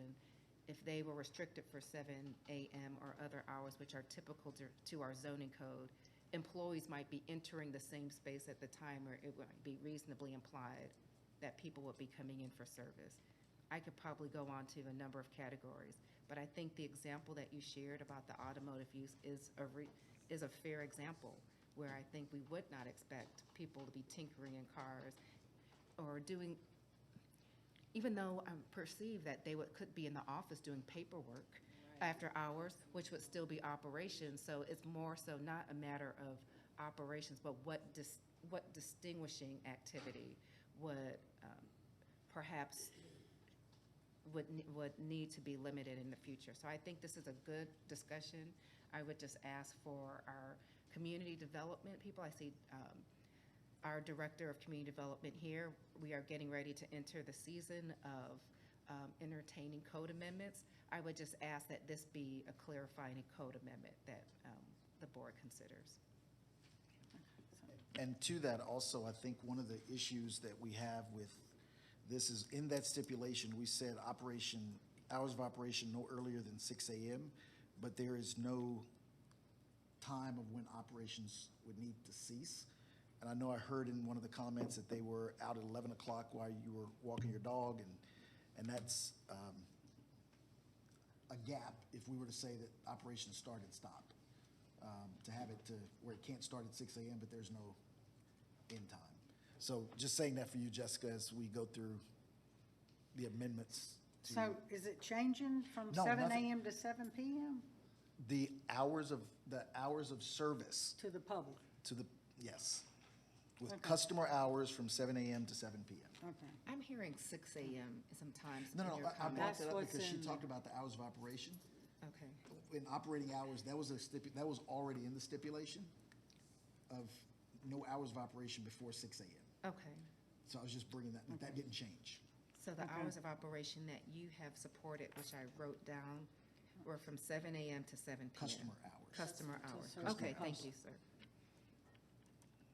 Okay. Okay. And I had another question, but this is on the patio, outdoor seating. Is there an existing patio now? Yes. That is on their property? Yes. The bakery property? Okay. Commissioner Gamble. Can you turn your mic? Sorry. It's okay. But originally, this was supposed to be only a walk-in, walk-out business. So the parking, if we are now going to add seating, do they meet the parking requirements to have essentially a sit-down coffee shop now? Because we had testimony that they were now serving coffee. So do they meet the requirements for parking for the number of people that they are now looking to serve, and then also be able to still receive deliveries? Because my concern is, if you're putting people out, and we had that one photo where the semi was parked where these 3 vehicles are here, you're now going to have customers seated out here. To me, that is a safety risk. But again, Yes. we're changing the use here because this was only supposed to be a walk-in, walk-out. Okay. Now you're turning it into a come in, sit down. Going back to, we can't restrict what businesses do. When are they gonna start serving breakfast, lunch, dinner? And again, turning this into something more than what the original low-intensity purpose was supposed to be. Thank you, Commissioner Gamble, for that observation. I am not for modifying the parking, but I am for addressing the safety factor, which she shared. If there are vehicles that are pulling up right to the patio area, I would suggest either planters or, I won't even say it, that's for them to decide, but to have some type of barrier between them and where the seating is a reasonable consideration. How we stipulate it, if we need to stipulate it, do they want to assume the risk? Maybe they assume the risk, and that is on them. So we don't need to stipulate it, but safety is just always something to be mindful of. No, I agree, but I'm not sure. I'm really trying to look at some uniformity between the two parcels, the two businesses that are there. Perceive that. And that's not a burden we put on them. Amen. And so I think that anyone who has customers seated that close to a parking space is assuming the liability. Okay. So Receive that. so I'm not sure we want to, once again, I just Yes, thank you. think sometimes we overreach on I stipulations. appreciate that. Thank you. Is there space for 8 people? Seating for 8 There- on the there- patio? There's space. I mean, that's where I came up with the number, kind of looking at that space. And they're seating, even though it's a bigger space, at the hairdresser next door, they're seating for about 12 that's out there. Thank you. So I would, We haven't heard from Commissioner Sheffield yet. I'm going to go to you, then I'm going to go to Commissioner Gambrell. That's okay. I just had a question, a couple of questions, but regarding the patio, would that location be on the east side of the building, or that discussion hadn't happened? It's just an option that's available to them? that can be a clarifying point of the front patio. At the front entrance, there's a padded area right there. Gotcha, By okay. the front door. Okay, and also with step number 6, the grease trap, I don't think we really heard much about that, so is that going to remain? Just going to remain. There are no Remain. changes to that. Okay. Okay. And did you approve the elevation, I think for the dumpster, it's set with district commissioner approval? No, and You did that not. needs to happen. Okay, you did. And that's why we left that piece in. Okay. Thank you. Commissioner, do you mind turning off your microphone? That will allow Gambrell to put hers on. Thank you. So while you're comparing the beauty salon next door to this, there is big differences. The parking is clearly away from the building. But also, from the community's perspective, you'll listen, you can check me on this. I don't think we've had any code enforcement complaints on the beauty salon, right? Because they're not operating at night, they're not creating noise at night, they're not doing other things. Okay. So while you're wanting to treat the two equally, they're not the same, because they're both impacting the community differently. I agree there should be some type of safety, but again, you're expanding the use and the purpose of this by allowing seating. I'm not sure we're expanding. There was never a stipulation for no seating. If they wanted to put seating inside, they could put seating inside right now. We're creating things again, because I hear what you're saying about use, but there is no restriction on seating. They can put as many tables as they want inside of that building and start having people sit down and drink their coffee. All they're asking is some customers may want to sit there in the morning and have a cup of coffee and a croissant.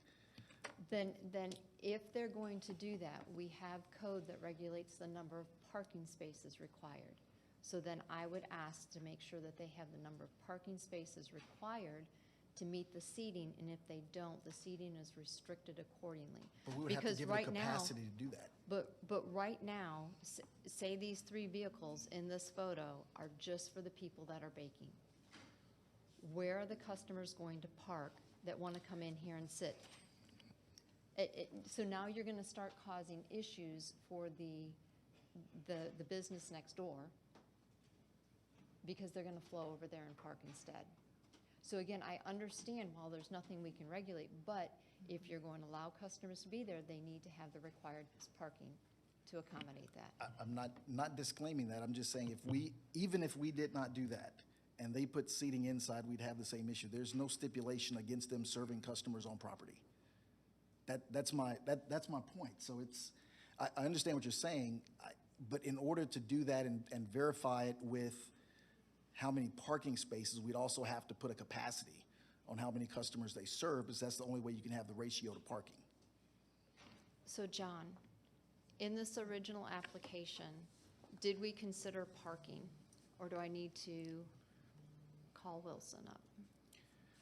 You know, as far as the parking goes, there's not gonna be that much required parking because probably 80% of the building is manufacturing storage and where they display their pastries and baked goods. Only a very small part of the front of the building is where customers actually come in.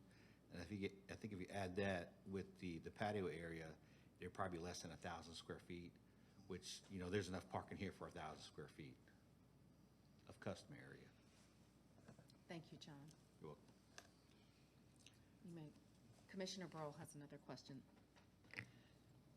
So are they required to have a dumpster, or can they do the trash can, the roll carts? No changes. Up there you go. No changes were made to having a dumpster.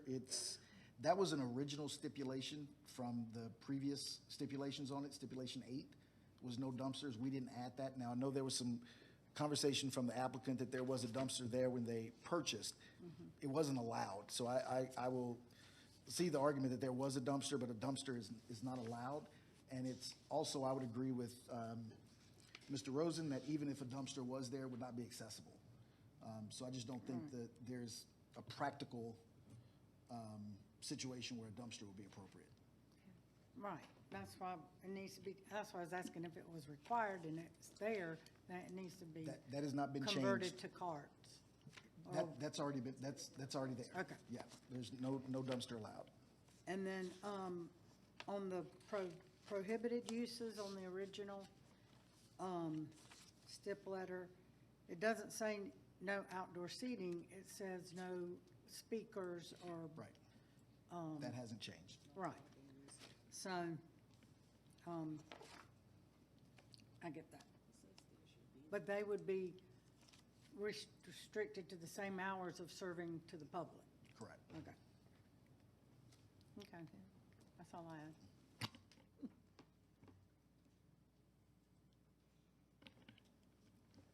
Commissioner, you read in stipulations in your motion. Have any of those stipulations been altered during this discussion that we should be mindful of? No. Okay. Which one? Well, to me, they have been altered because you said for number 4, you were going to strike the no load, unload in the north side drive. I set that in the motion? Yes, that's not my, I'm asking if his motion, the conditions of his motion have been altered. Okay, I thought you meant from the original No, ma'am. stipulations. Okay, so we currently have a motion and a second. Is there any further discussion on the motion? I don't know if there was a second. You didn't, you just read, okay. Okay, so is there a second on his motion? Second. Usually we second for purposes of discussion. We just dove right into discussion without having that. Thank you for clarifying that. So we have a motion and we have a second. Is there any further discussion on this matter? Go ahead, use your microphone. Well,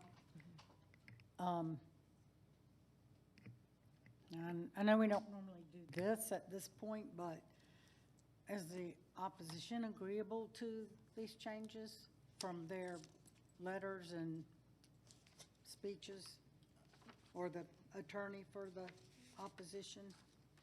Commissioner, we have an active motion and a second, nor do we typically poll opposition. It's for the commissioner to mediate the discussions that he's hearing. Okay.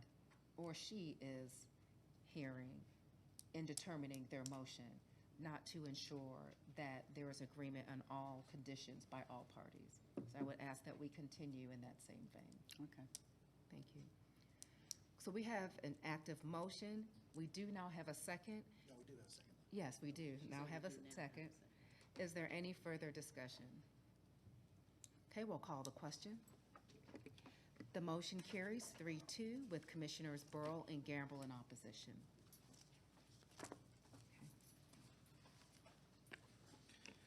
Okay.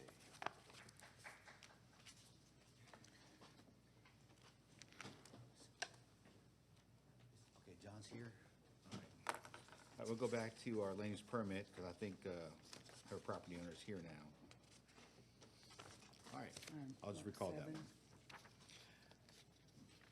LEP 7 of 2026, Jessica R. Weaver requests a temporary land use permit to operate a wellness studio in land lot 75 of the 20th District. The property is located on the west side of Dallas Ackworth Highway, north of Silver Lace Lane. Earlier, there is no one here opposed. Would the applicant please come forward to be sworn in?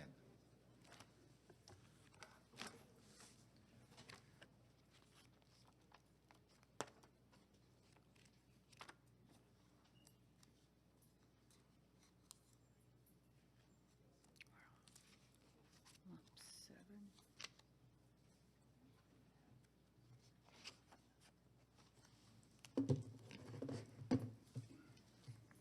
Good morning. Good morning. You can begin with whenever you're ready. Thank Just you. ask that you state your name for the record and note that there is a timer there for 10 minutes. Thank you. You're welcome. Good morning. Excuse me, I'm a bit nervous. It's okay. Thank you for your time today. My name is Jessica Rose Weaver, and I am the owner Excuse me, of ma'am, just hold on for a second. There's just considerable conversation. Yes. It's making it difficult to hear you. Let's let them clear out, and then Yes, we'll ma'am. start over. Thank you.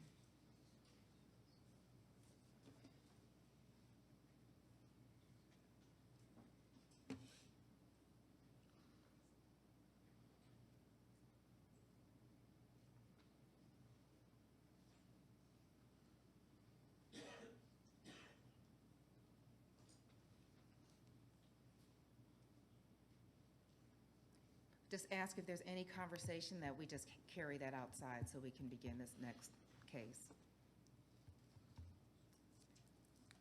You may Thank go you. ahead, ma'am. Thank you. My name is Jessica Rose Weaver. I am the owner of Just Do Better LLC, located at 3917 Dallas Ackworth Highway. I appreciate the opportunity to be here today, and I want to begin by saying that I respect this process. I respect the responsibility that comes with asking to operate a business at this property, and I also respect the questions and concerns that were raised during the last hearing. I took those concerns seriously, and I want to address them directly and thoroughly today. My request is not to create an intense commercial operation in the middle of a residential area. My request is to continue building a small, controlled, appointment-only wellness studio in a way that is responsible, transparent, and low impact. The property sits along Dallas Ackworth Highway, Highway 92, on a highly traveled corridor. It's not tucked in away in the middle of a quiet interior neighborhood. It is already directly influenced by roadway activity, traffic volume, and corridor conditions. The survey reflects the existing house, gravel driveway, carport, patio, and the frontage conditions along that roadway corridor. This parcel is approximately 14,000 square feet, 0.32 acres. So the context matters because I believe this property is different from a typical quiet single-family parcel deep inside a neighborhood. My request is based on the actual seating and character of this site. My business, Just Do Better, is centered around supportive, non-invasive wellness services, and the current core services are hyperbaric oxygen therapy and infrared sauna. These services are provided strictly by appointment. This is not a walk-in business, it is not high-volume operation, and it is not retail-heavy use. It is intentionally structured to remain calm, limited, and manageable. One of the major discussion points during the last hearing was the idea of a performance assessment, whether this should be allowed in a way that gives the county an opportunity to see how it actually performs over time. And I want to say clearly that I am open to that. If the board believes a 12-month review period is the right way to evaluate the impact of the operation, I'm willing to work within that structure. Although I did originally want to push back on this due to the timing correlating with my lease purchase option deadline, and I will be required to get approved to take on full ownership of the house around the same time next year. However, I fully comprehend why the county would want to see real-world performance before making broader assumptions, and I believe that if given the opportunity, I can demonstrate that this business can operate in a respectful, quiet, and low-impact way. Another concern raised during the last hearing was customer volume. Again, I want to be direct here. My business model is already based on appointments, not high turnover, and I'm willing to operate within reasonable conditions regarding the number of customers allowed per day, the number of people on site at one time, and the overall intensity of use. This is already consistent with how I intend to operate. My goal is not to create congestion. My goal is not to create heavy traffic. My goal is to not to create a revolving door of constant activity. My goal is to create a professional and controlled environment with limited impact on the surrounding properties. I also understand the concern regarding hours of operation, and I'm willing to work within the hours previously discussed. I'm not trying to stretch the day in a way that becomes disruptive or unreasonable. I also understand the concern regarding no sales, and I am prepared to comply with that as well. My request is about offering services, not about creating a retail storefront. Another point that came up during the last hearing was future operational impact and future compliance. And I want to be very clear on this as well. I'm not asking the board to approve an open-ended or undefined future. I'm not trying to create a situation where one limited use quietly grows into something much more intense without review. My intention is to move in phases, with each phase handled responsibly and through the proper channels. The current phase is the operation of a small appointment-only wellness studio. The next phase would focus on practical and compliance-oriented improvements to the property so that it can function in a more professional and organized way. The point is, I'm not trying to do everything all at once. I'm trying to move carefully, responsibly, and in the right order. Another issue that was mentioned was topography changes and the broader future site changes. At this time, my request to you all is not centered on major grading, dramatic land disturbance, or immediate aggressive redevelopment. My focus right now is primarily on the existing structure, the existing driveway arrangement, and the controlled use of the property in its current footprint. Any future site work or exterior changes would be approached transparently and through the appropriate review process. I wanted to also address future expansion plans because I know that topic can make people uneasy if it's not framed carefully. Long term, I do believe this property has potential to become more polished, more functional, and more appropriate to the corridor it sits on. But I also comprehend that future potential does not mean I am entitled to unlimited expansion today. That is exactly why I'm presenting this as a phased process. And one example of that would be the interior planning that we have been working on, with the bathroom being the first area identified for improvement. The current concept is to remove the large residential bathtub, replace it with something more practical, tiled, and bring it into ADA-oriented compliance through the proper sink configuration, appropriate toilet layout, grab bars, and other accessibility-focused improvements. That would also allow adjoining wall area to be adjusted, and we would take the proper protocols in doing so with permitting and anything else required. And I mention that not to suggest that everything is happening immediately, but to show that we are thinking through how the property could improve in an organized and professional way over time. I've received feedback from Mr. Peterson that the prior approval connected to the bathroom was reviewed as a residential matter and not specifically as commercial use approval. He also indicated that the health department was not reviewing it in the context of proposed commercial use at the time, and that the septic plan may need to be reassessed. There was also a concern raised that the part of the septic system may possibly involve the adjoining lot, and I want to address that honestly. But I do not want that issue to overshadow the larger point of why I'm here. The main point is this: we are ready to move forward with obtaining compliance. We are not trying to avoid compliance. We were trying to avoid making significant permanent changes too early without full approval and direction, and then having to come back and redo those changes or lose money. That has been our position, and with the septic issue specifically, my understanding, including from discussions with John here, is that we could not say with complete certainty where every part of the septic system lies. The county did come out and inspect this particular area, but because it is an older system, it was not possible at that time to say 100% definitively yes or no on every aspect of it. So I do not want to overstate what is known. I think the more honest and responsible thing to say that if additional health department review or septic clarification is needed, we are prepared to move forward with that process properly. And because John also owns that vacant lot that is next door, we are willing to explore incorporating that adjoining lot into future solution if needed, whether for buffering, site planning, parking organization, or septic-related clarification. If the county believes that creates a cleaner long-term path, I am willing. I want to stress that carefully. I'm not presenting that as an immediate expansion request today, and I'm presenting as a sign that we are willing to work towards solutions rather than force everything into a rigid box if there is a better path. At the heart of all of this is something simple. I'm trying to build a legitimate small business, and I'm trying to do it in a way that is controlled and low impact.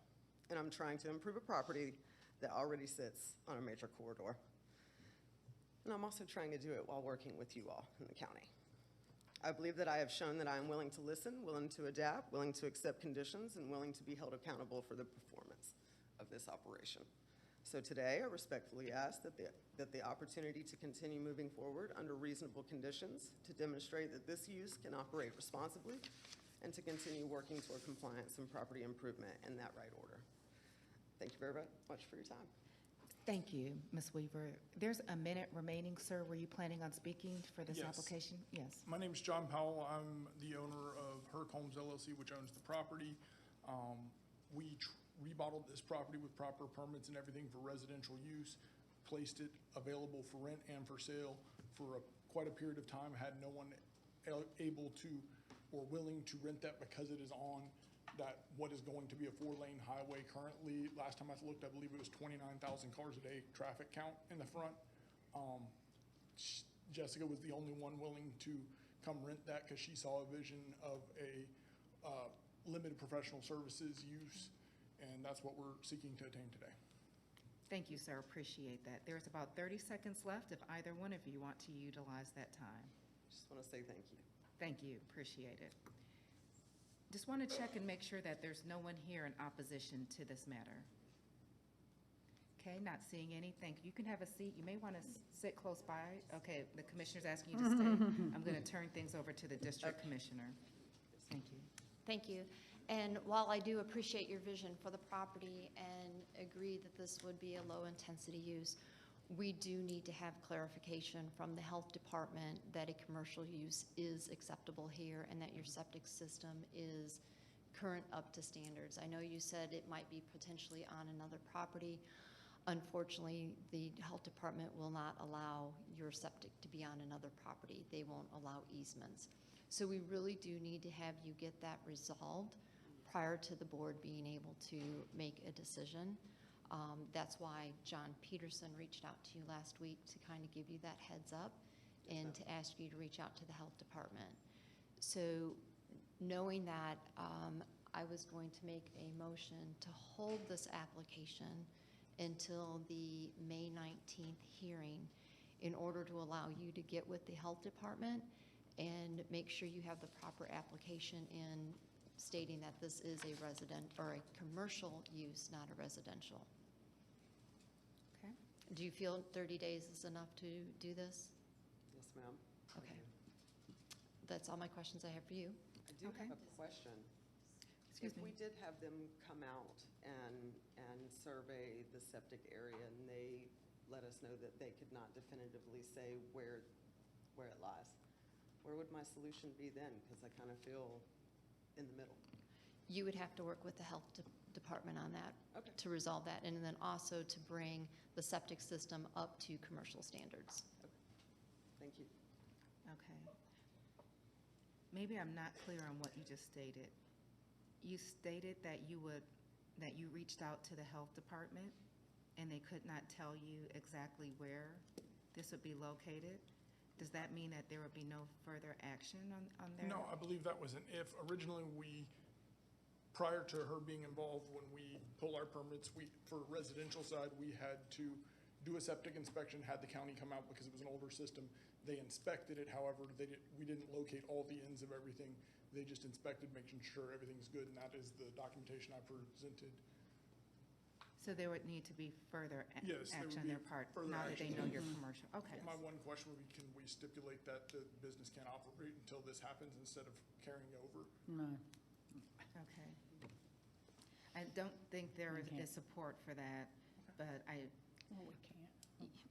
there is a 30-day window that is given, which may go by quickly, and you will have the opportunity to come back before this board, the same application, ideally an update that you do have the appropriate infrastructure to support a commercial business. Okay.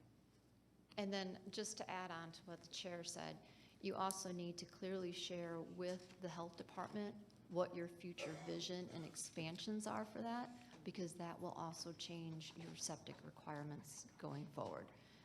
So be sure, because you shared with us what you see your future growth to be here, make sure you share that with them as well, and that the property you have is able to accommodate your wishes. That was, so I didn't know if She shared her suggestion for the whole, I didn't hear a motion. All right, I'd like to make a motion to hold LUP 7 of 2026 until the May 19th hearing date. Second. Is there any further discussion? We'll just ask if you think you can't make that date to let the commissioner know before the Wednesday prior before the hearing. No problem. Thank you. All right, not seeing any further discussion, we'll call the question. The motion carries 5-0. Thank you. Thank you.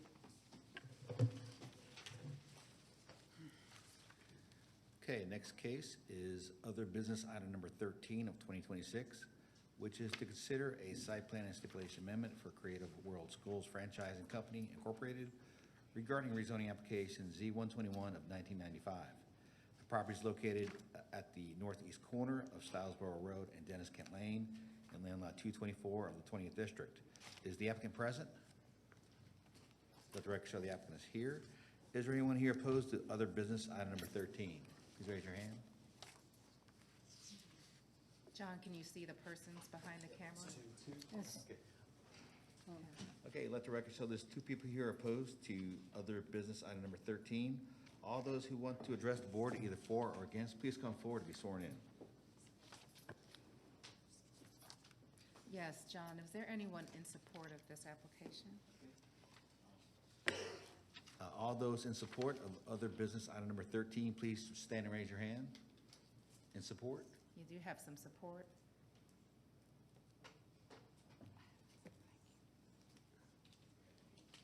Eight in support. Okay, let the record show there's 8 people here in support. And all those who want to address the board either for or against, please come forward to be sworn in.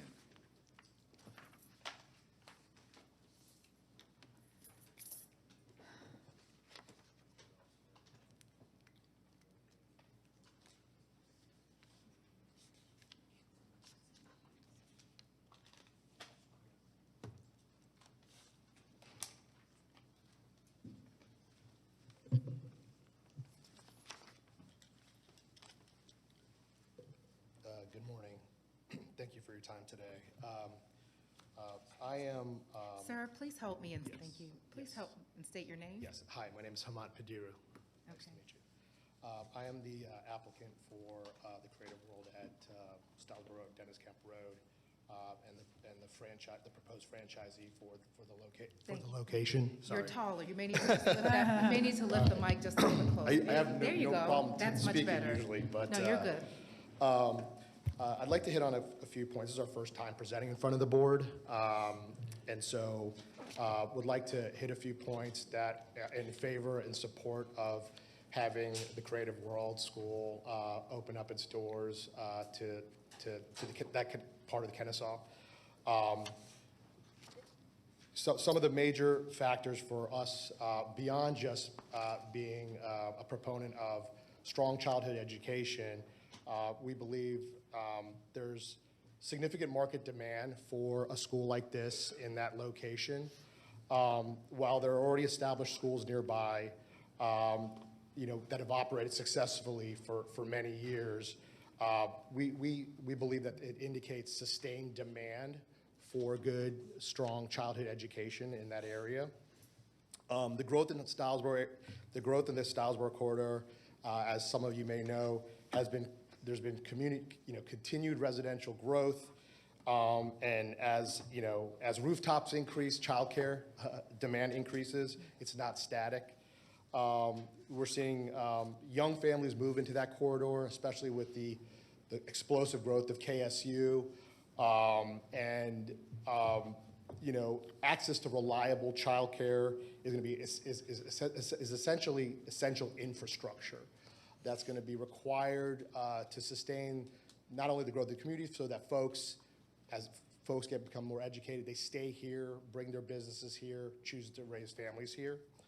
What makes Creative World different, and I have a few other folks to speak to that, it offers, it's a STEAM-focused education. science, math, et cetera, hands-on learning.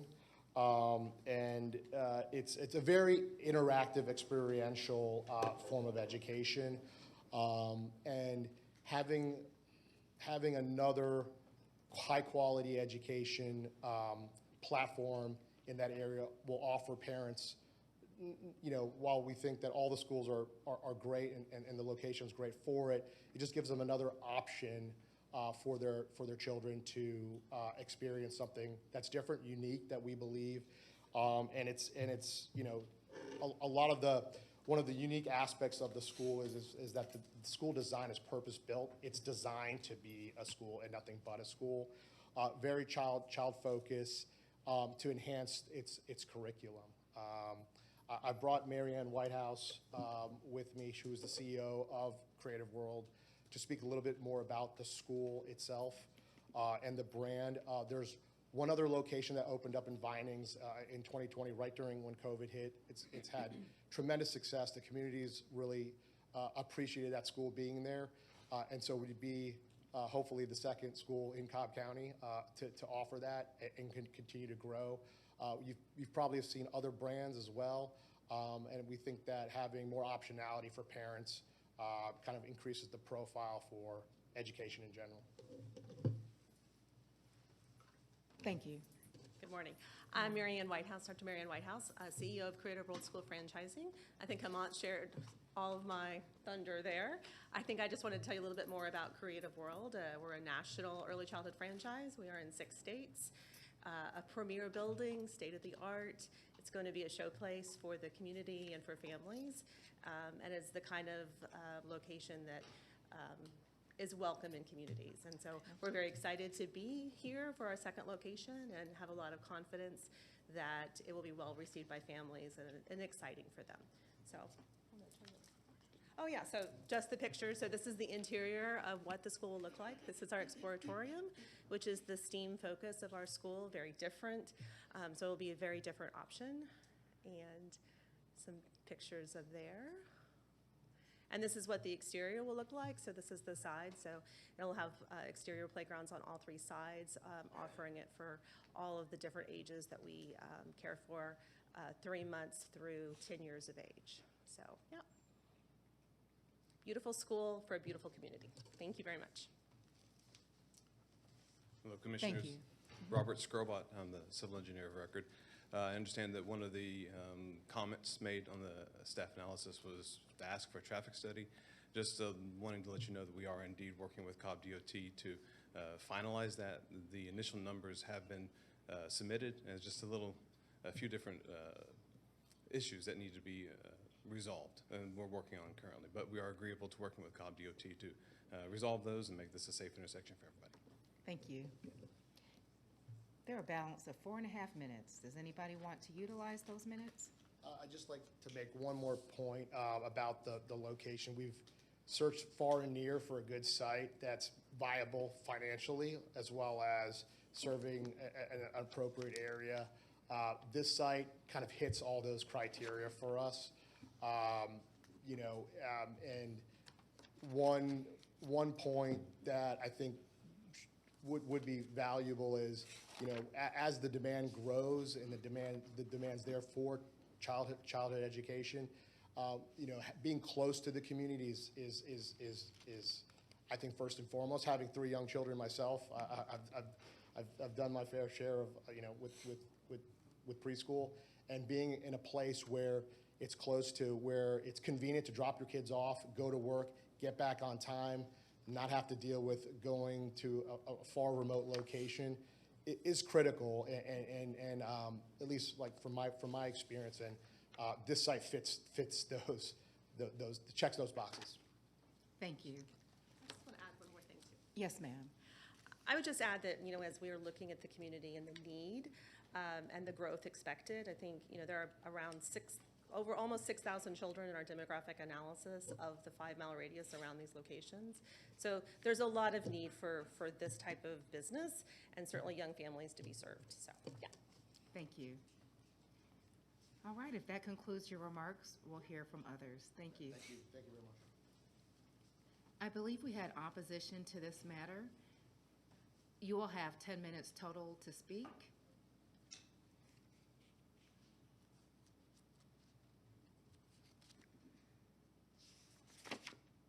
Great, and just ask similarly that you state your name before your comments and be mindful of each other, so if both of you desire to speak, you have the opportunity to do so.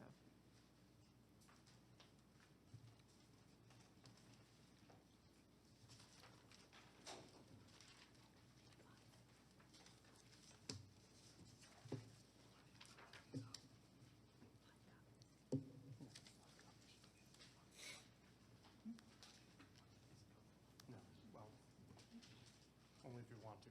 I mean, it's not necessary. Good morning. Chairman, members of the board. Sir, My name's please state Brad. your name. I'm sorry, Brad McCahill. Hi, Brad. We respectfully request that you deny this application for the proposed site plan amendment stipulation agreement. The request based on noncompliance of Cobb County Article 2 Administration, Section 2.5.5, subsection D, as well as the applicant's failure to meet the notification requirements outlined in item 9 of the other business application.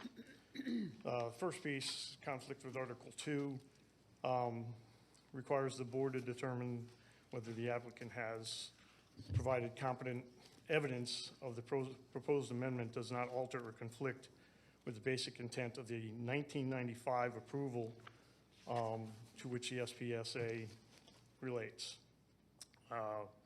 In this case, the amendment clearly conflicts with the original approval. The site plan included, the 1995 site plan included stormwater detention devices designed to manage runoff and protect downstream properties. The current application removed this feature without providing a placement, design calculations, or engineering clarification. The original Office O&I zoning in 1995 did not permit nursery schools or daycare centers. This was only added in 2019, representing a significant expansion in intensity impact. And then also in 1995, the Kentwater subdivision did not exist. The Kentwater subdivision is located within 1,000 feet. Our property lines are probably closer to the corner of Stylesboro and Kemp Lane at 500 feet. The back border of this property also is one of the property lines for our residents. So it is immediately behind us. 10 years later, downstream infrastructure will be impacted by the applicant's use of this SPSA. Kentwater was required to install and maintain an engineered watershed water management program, including a retention pond and infrastructure now known as Walden Pond. And this program should not be adversely affected by any future development of this site. And currently, they don't have any documentation to show that it will not be. The failure to meet the required notification standards. The letter they sent was not sent certified. It did not include site plan. So that's already a little bit of a violation. The stormwater defense, and that's where I'll spend most of my time. The critical stormwater management deficiencies with no engineered stormwater management plans, no grading or drainage plans, no hydraulic or hydrologic calculations, no stormwater prevention plan, no evidence of an NPDES MS4 compliance, and they're adding over 5,000 square feet? An acre of impervious surfaces, sorry about that. In addition, there are significant deficiencies already surrounding this.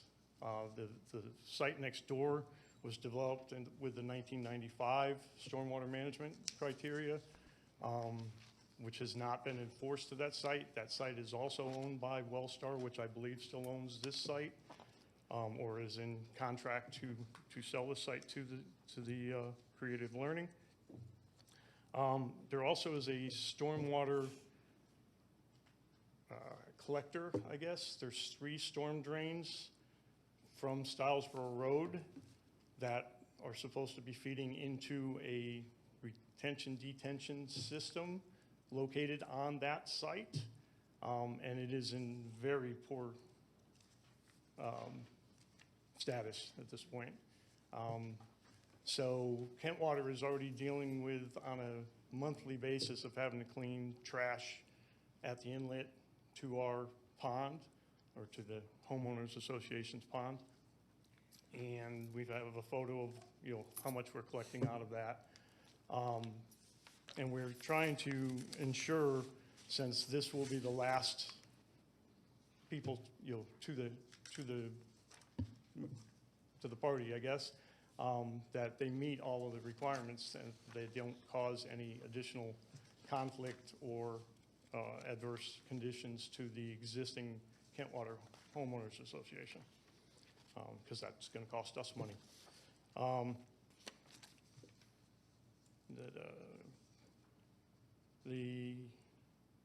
There was also, notably, there was a 2021 application for a moving and storage facility at this site, generating similar impervious coverage, and they were required to design a detention system designed to a 30-year storm event standard. So that, again, brings us back to the reason that this current permit should not be allowed. Since 1995, obviously, the regulatory standards surrounding land use have changed significantly. The Kent Water neighborhood now exists. The stormwater requirements have changed, and we don't want the opportunity, anything taken away from the oversight of those changes for this new property based on the 1995 application. This amendment also raises serious concerns of noise, visual impact, traffic, as they've already started working with Cobb County, with the traffic DOT, and environmental protection, because this site has become, since it has not been maintained for 30 years, has become quite a bit of a wildlife refuge, and this type of development would affect that as well. I will let my wife provide the rest of our comments. Thank you. Good morning. Good morning. My name is Dr. Winnell Jackson-Ian, and I am representing Kent Water Subdivision and its HOA. Even though we were not identified on the application, we are here. We like daycare centers and need to coexist in our daily lives. We seek common ground to be able to have 165 children, 5 days per week, 52 weeks per year, with 3 playgrounds with approximately 8,000 to 10,000 square feet, surrounded only by a metal fence. They offer also and market Camtastic, which the Learning Center markets with a natural obstacle course and nature scavenger hunts with no noise abatements. The EPA standards state that 10 to 15 children on a playground generate a single source point of noise at 95 to 100 decibels. Cobb County nuisance ordinance is at 75. This outdoor activity not only impacts the whole community, but this sensitive 30-year wildlife habitat and ecosystem. We have wild turkeys, barred owls, mating pair, 2 mating pairs of red-tailed hawks, deer, raccoon, possums, and snakes, and occasional coyotes, plus a fragile stream bed. Addressing the fact that that they discussed about the daycare center and the population, this is already an established and a mature area. The construction is beyond this site point.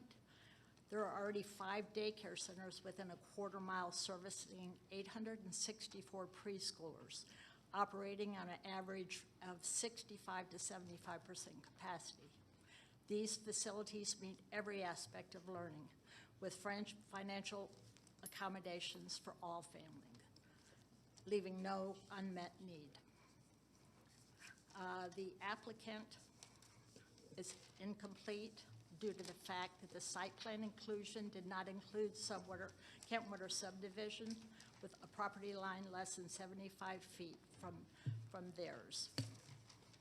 Okay, finally, the request for the approved site plan amendment from 1995, granting them the ability to move forward, is not supported by vesting documentation, showing no invoices or contracts for development, and proving substantial investment by Wellstar.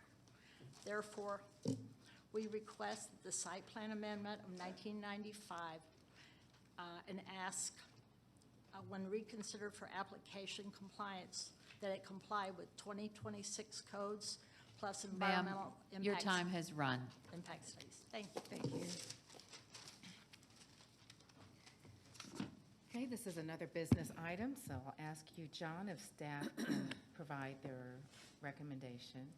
Madam Chair and Board, the staff would recommend the Board deny the request. Okay, thank you, John. I'll turn things over to the District Commissioner. Okay, thank you. As of last week, DOT had no knowledge that the applicant was going to be working on a traffic flow pattern. So I'm not sure how the board thinks about that. If we want to continue forward with staff recommendations or allow the applicant 30 days. I know I've had a lot of opposition to this. Just DOT comments alone, I believe, is what warrants this application to be denied. In addition, yes, they do not have stormwater detention on their site plan. They're only showing a minimum of 20 parking spaces. However, for the number of children, DOT says they need to have 51 to accommodate the number of students. They're also claiming they're going to be a drop-off model or a walk-in where the parents walk in, which again goes back to question their parking. So I guess maybe I'll ask the applicant's engineer, Mr. Robert Scrobutt, to come up, please.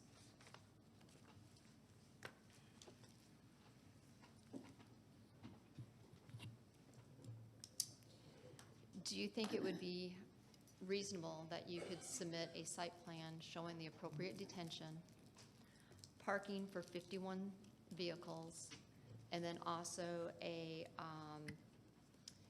drop-off pickup plan along with your traffic study?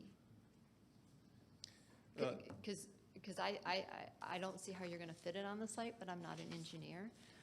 So that's why I'm asking you if you believe this application can meet staff comments. Absolutely, I do. So just to clarify, we're actually proposing 48 spaces. The 20 is the minimum per code requirement, and 51 is what Cobb DOT recommended. So yes, we can absolutely meet that. The stormwater was, the reason it's not shown on the site plan is because it's intended to be underground. I can definitely add that to the plan, but it will be under the parking lot, so it wouldn't show up on the site plan. And with regard to the flow, I believe Cobb DOT said we don't need a flow plan because it's park and walk in.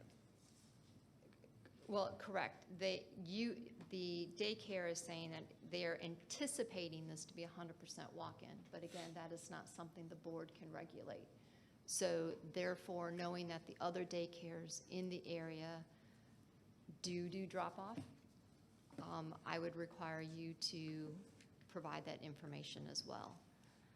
So my question to you is, do you think you can have that in 30 days, 60 days, and meet all of staff requirements? And while you have 48 parking spaces, the 51 spaces that DOT required is only in the 85th percentile.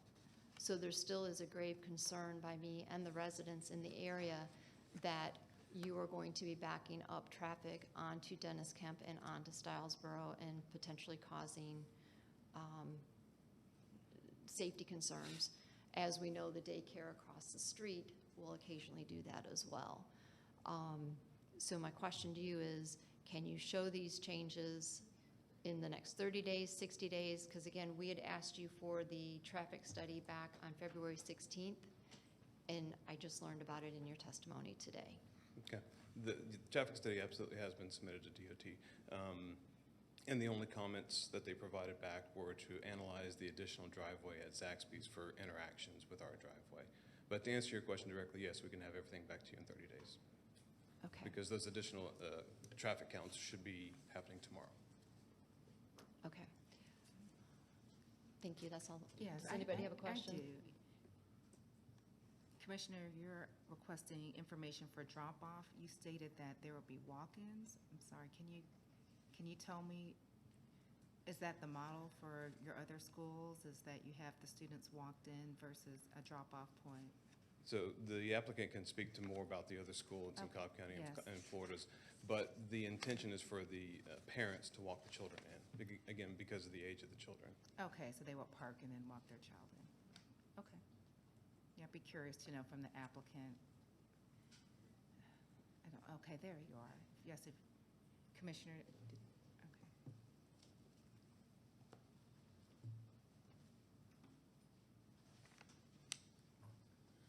Yes, operationally, we don't allow a pickup line or a drop-off line, so operationally, children are required to be brought in by their family. We find it safer and has less traffic implications than having a long line of waiting cars.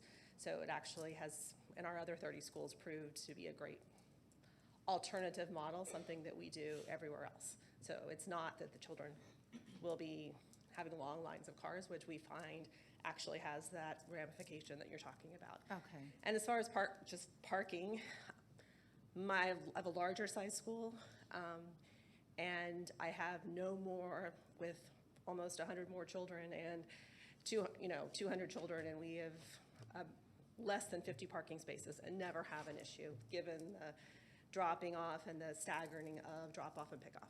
Because we don't have a start time for school, so it allows there to be more flow. Okay, thank you, ma'am. Yeah. I don't have any more questions. Oh, Commissioner Brown. This isn't really for the applicant, but what is the impervious for O&I, and do they meet that requirement?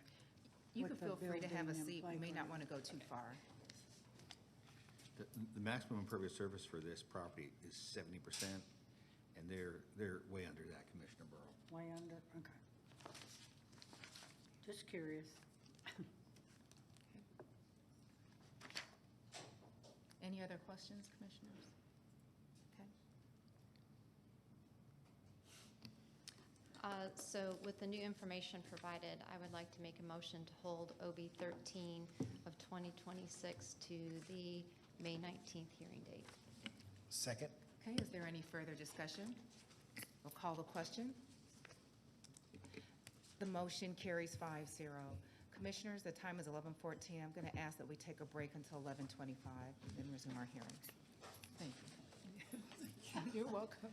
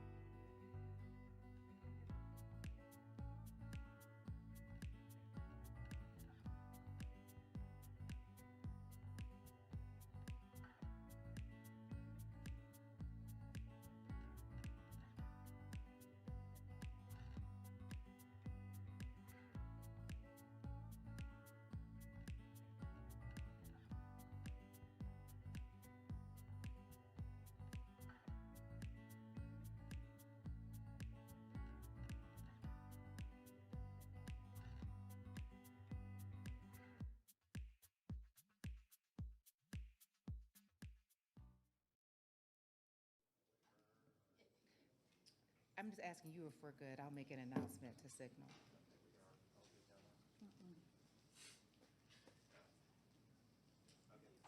Okay, thank you. All right, everyone, thank you for your graciousness. The time is now 11:27. We've had some robust discussion, as I know all of you have been here already for 2.5 hours. There has been a request to move up a Walmart case. We actually have 2 Walmart cases on our agenda, but we also have another matter that is to proceed the Walmart cases. And it has been requested that we proceed in the order of our cases today. So before we go to the Walmart cases, we will hear from the other business item, which is next on our agenda. 14. Which is, thank you, which is other business item 14. And I apologize to the gentleman I spoke to. I just completely bypassed this when I told you that the Walmart cases were next. So with that, John, I ask you could tee up our next matter. All right, thank you. Excuse me, I'm sorry. Somebody asked, they would like to know how late this will run because they might have to move their case, they might have to move their car again. We know that there's 2 hours permitted outside. I could tell you, I don't know how long this case will be, but we do break for an hour for lunch. So if this case goes quickly, we will hear the Walmart matter before lunch. If it doesn't, I'm just telling you right now, in case you need to make a plan for your vehicle, that we may not hear it until after lunch. Okay, thank you. And before we begin the next case, the Commissioner Allen want to amend a previous condition? Oh, thank you, I was not aware. Go ahead, Commissioner. I noticed at the break in talking with the clerk that I omitted the monument sign in the motion, so we need to amend the previous motion. Debbie, is that the way? It would be to, just a motion to amend the previous motion to include? A motion to reconsider. Okay. Yeah. So a motion to reconsider OB 2, 2026, to include monument sign not to exceed 9 feet 6 inches. Okay, and Commissioner, for clarification, we're adding this to your. Adding prior- to the prior stated motion. prior stated motion. Okay, so that's a motion. Second. Is there any further discussion? We'll call the question. The motion carries 5-0. Thank you, Commissioners. All right, thank you. You're welcome. All right, next case is other business item number 14 of 2026, which is to consider a lot size reduction for livestock/riding stable from required 2 acres to 0.5 acres and other variances for Timothy John Terranova. The property is located at the eastern terminus of Heritage Glen Drive, south of Roswell Road in land lot 900 of the 16th District. Is the applicant present? Let the record show the applicant is here. Is there anyone here opposed to other business item number 14? Please stand and raise your hands.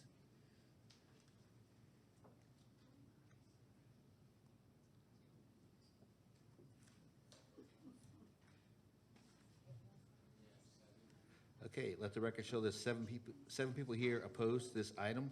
Is there anyone else here in support of this item? Please stand and raise your hand. Okay, let the record show there's none. All those who wish to speak for or against this application, please come forward to be sworn in.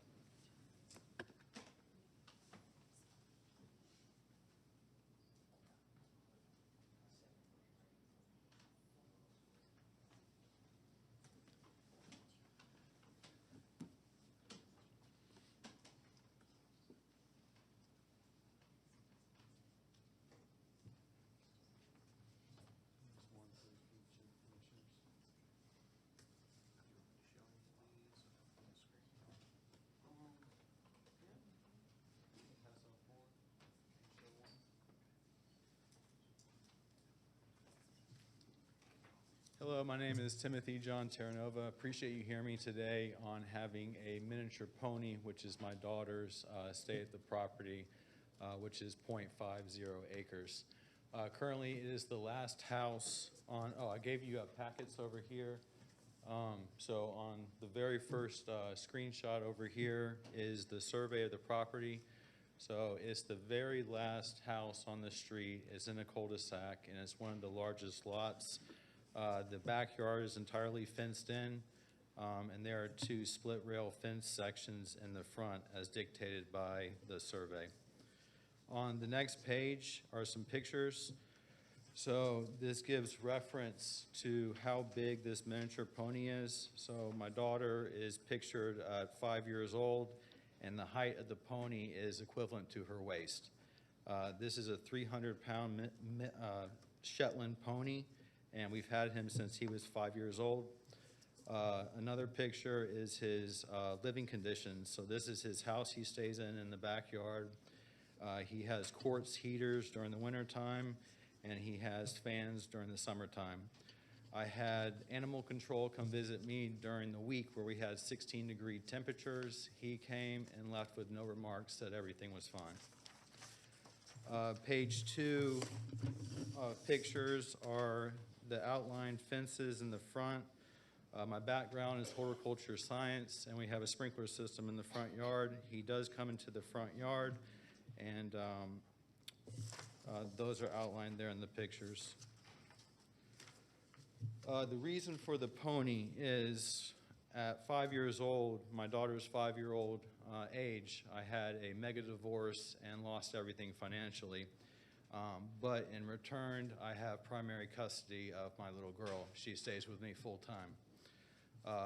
This pony was an effort to help cope with issues we had from changing from divorced households and starting a new life. This next letter is a letter from a physician stating that the pony helps with anxiety disorder and issues from going through divorce. The pony is named Dark Chocolate. He's registered in the state, and he's also registered and certified as an emotional support animal. Next page.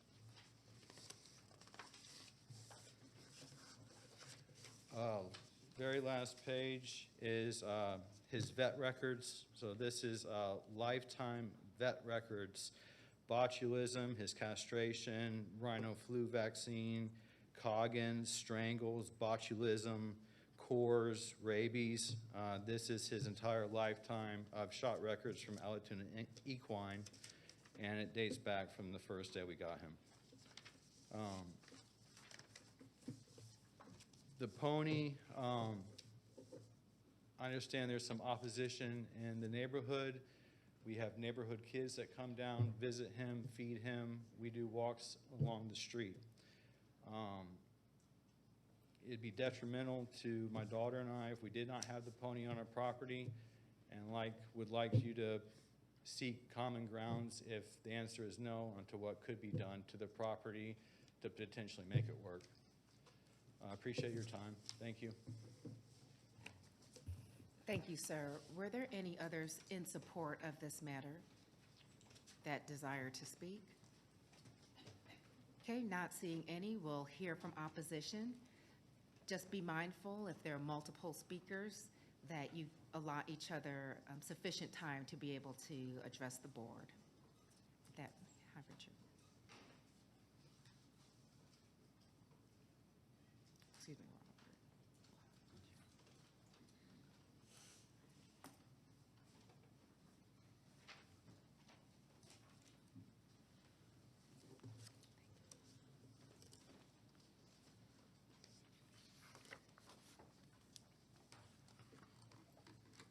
And I know you know our protocol, but for any other speaker, just remember to say your name before you address the board. Thank you.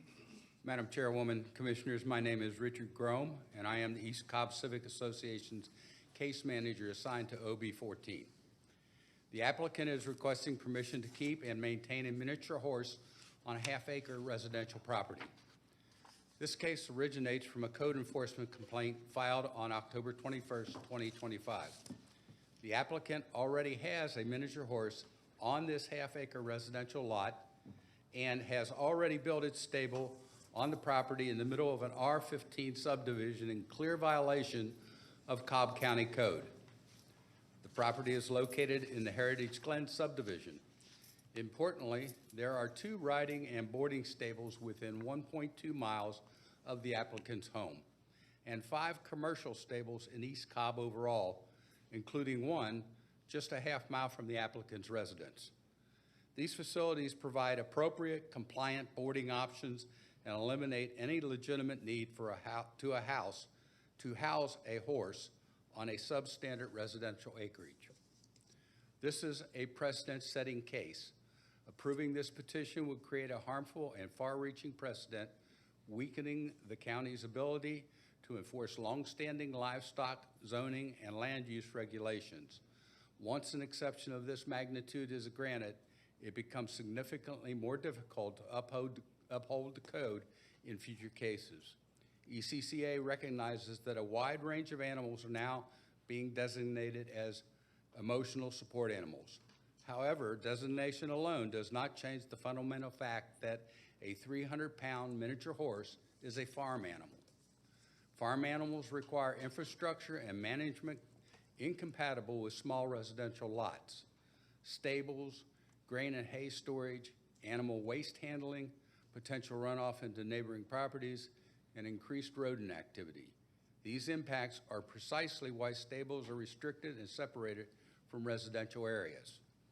Registration as an emotional support animal in the state of Georgia does not supersede or invalidate Cobb County's livestock ordinances. The law is clear.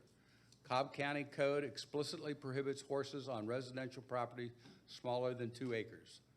The applicant's lot does not meet this requirement.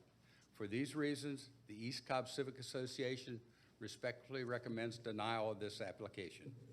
Thank you for your consideration. Thank you. We'll hear from our next speaker. There's a balance of 7.5 minutes on the clock.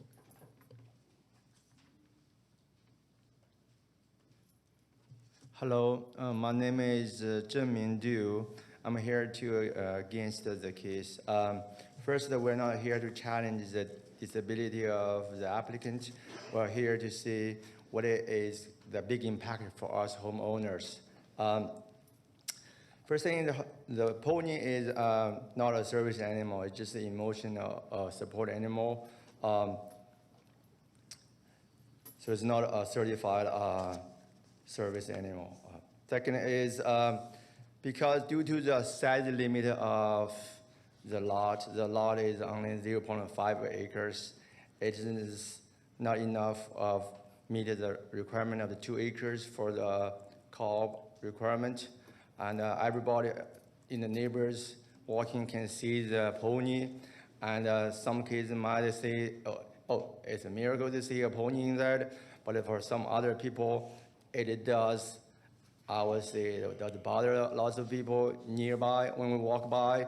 And we will be surprised to see a pony in our neighborhood. And my house sometimes is put out for rent. Last time when we put out for rent, it took 4 months to get an applicant and get a tenant. If we have a pony, doesn't matter where they are, when we have a tenant driving around the neighborhood, they will see this is a bizarre neighborhood to live around this neighborhood. Our tenants terminated their lease in July, and last time it took 4 months for us to get a tenant, 4 or 5 months to get a tenant. And this time when they have a pony around, it may take us half a year or maybe a year to get a new tenant who's willing to live in a neighborhood. When there are other neighborhoods who are always obeying Cobb rules, and our neighborhood have a pony around. Thank you for your attention. Thank you, sir. Good morning. I'm Michelle Smith. I'm a homeowner in Heritage Glen, and I live in the neighborhood 2 houses down from this home. I'm actually concerned about the well-being of the horse.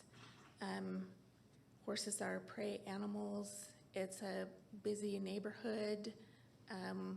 It's stated that it's an emotional support animal for the family, but the well-being of the horse is equally important. They do walk the horse down the neighborhood. Mr. Terranova frequently shoots off fireworks around his home and in the cul-de-sac around his home, which is not protective of the horse. And so in addition to the comments already made around setting a precedent and that there's several horse facilities nearby where the horse could be maintained, I'm opposed simply because I think the horse should be in a more protected environment. Thank you.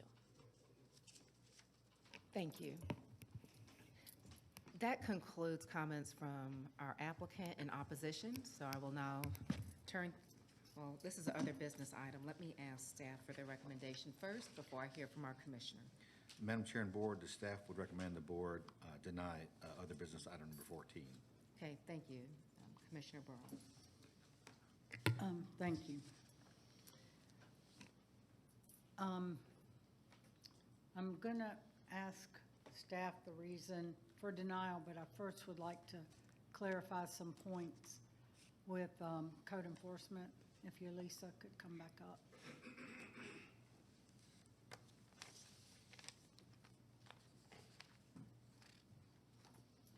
Good morning. Yolisa Forson, Cobb County Code Enforcement. Good morning. Thank you. So we have in our packet a notice of violation dated, one's dated October 17th and 25, and one October 20th, 25. And the notice of violation was for litter, outside storage, parking standards, livestock under 2 acres, and customary home occupation. Can you address all of those as to why this was in violation, this particular case?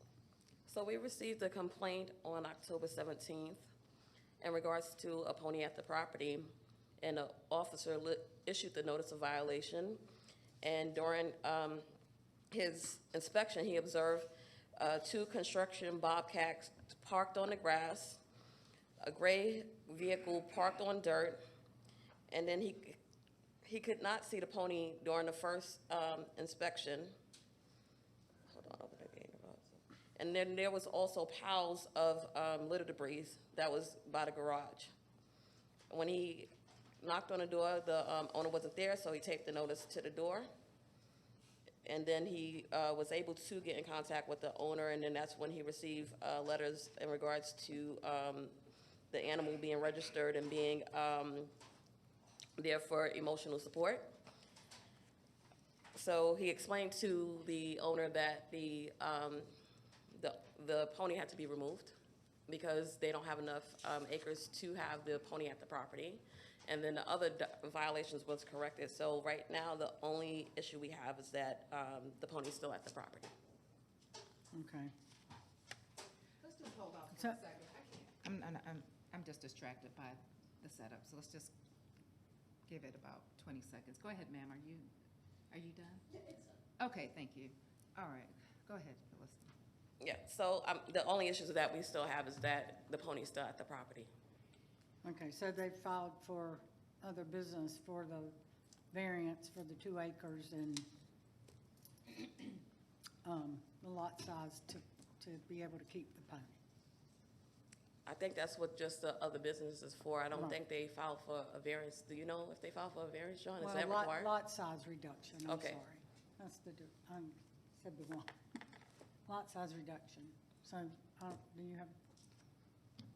But didn't you say they also were cited for a custom occupational home business?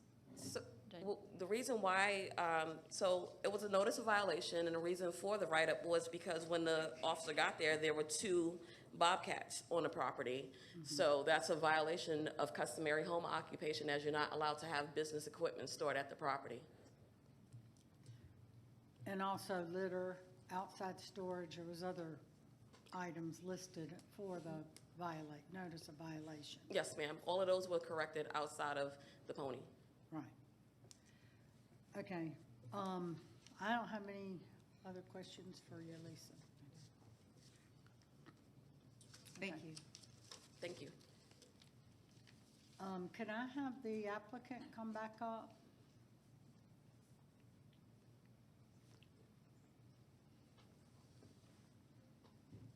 Yes, ma'am. Hi. Can you tell me, I think you mentioned in your presentation that your daughter was 5 when you got the pony? Can I say something to remarks of the code enforcement?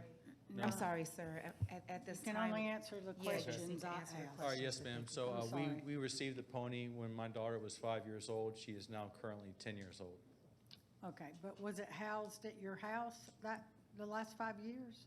So we were at a different property. I've been at this current Heritage Glen residence for 2.5 years. Okay. So for the past 2.5 years, we haven't had an issue until the siding. So the siding, I believe, was from a construction job I was doing at my house. So I did boulder walls in the front, benches in the front, did landscaping and sod. And the result of that was 2 machines at my property on Sunday and Monday, along with boulders and rocks and materials. So the citation, it came from a construction job that I was doing at the house as a result of the citation. And the litter, it wasn't trash litter, it was pallets. So it was pallets that were left over from the rock. So I feel like the code violation is, I think this is exceeding the scope of the question. okay, sorry, ma'am. Yes, again, I know we asked you not to address code's comments, but that's what you're doing and not responding to the commissioner, so. Yes, So ma'am. I'm listening. So you've been Let's at just this constrain location for responses. 2.5 years with the pony? Yes, ma'am. Okay. So what you were cited for with the bobcats and all that construction, was that for the horse? No, The ma'am. pony? No, ma'am, this That was was for landscape, per- different project? Okay. personal home, yes, ma'am.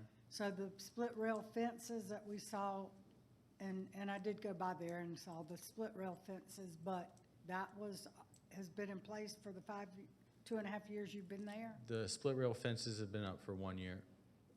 Okay. This is confusing. Okay, so the code violation was issued, or the visit and then the notice of violation was October 17th of 2025, last year. And then your certificate that you entered for the record was dated October 22nd, 25, which was after you were given the notice of violation. And then the doctor's letter was October 23rd, 2025. So did you get these after you were cited for having a miniature pony at your residence? Yes, ma'am. So typically, when dealing with stuff like this, everything's required within a year. So for instance, in my construction company, when we do site plans and surveys, those site plans and surveys are only good for 1 year. After 1 year expires, I'm required to get another one. So there was paperwork from many years ago from seeing doctors for the pony, but it was nothing current up to anywhere near one year mark. So revisiting the doctor and getting a certificate was to be proactive, so that the way the paperwork was current up to what the standards would be asked for. Okay. And have you looked at the nearby stables or boarding for the horse? No, ma'am. Okay. Did you realize that you can't have a horse under 2 acres when you brought it there or purchased it?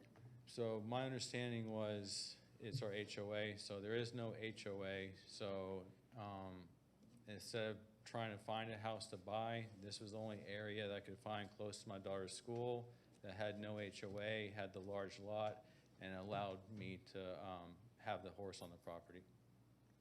Well, the county code is no livestock under 2 acres. Correct. Your So I- HOA can be more restrictive than that if you had an HOA, but if you don't have an HOA, which you're saying you don't in your neighborhood, you have to comply with, you have to refer to the county code to comply. Correct. Okay, I don't have any other questions.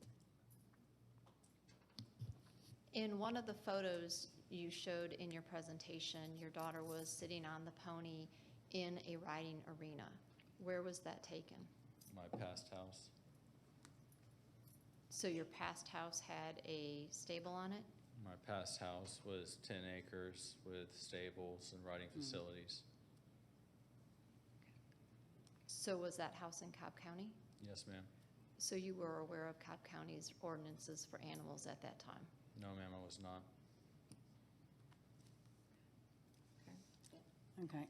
And I really don't want to get personal here, but you said this was to help with your daughter with the divorce. Yes, ma'am. So is the previous house that was 10 acres, is that where your ex-wife lives? And you had the pony there?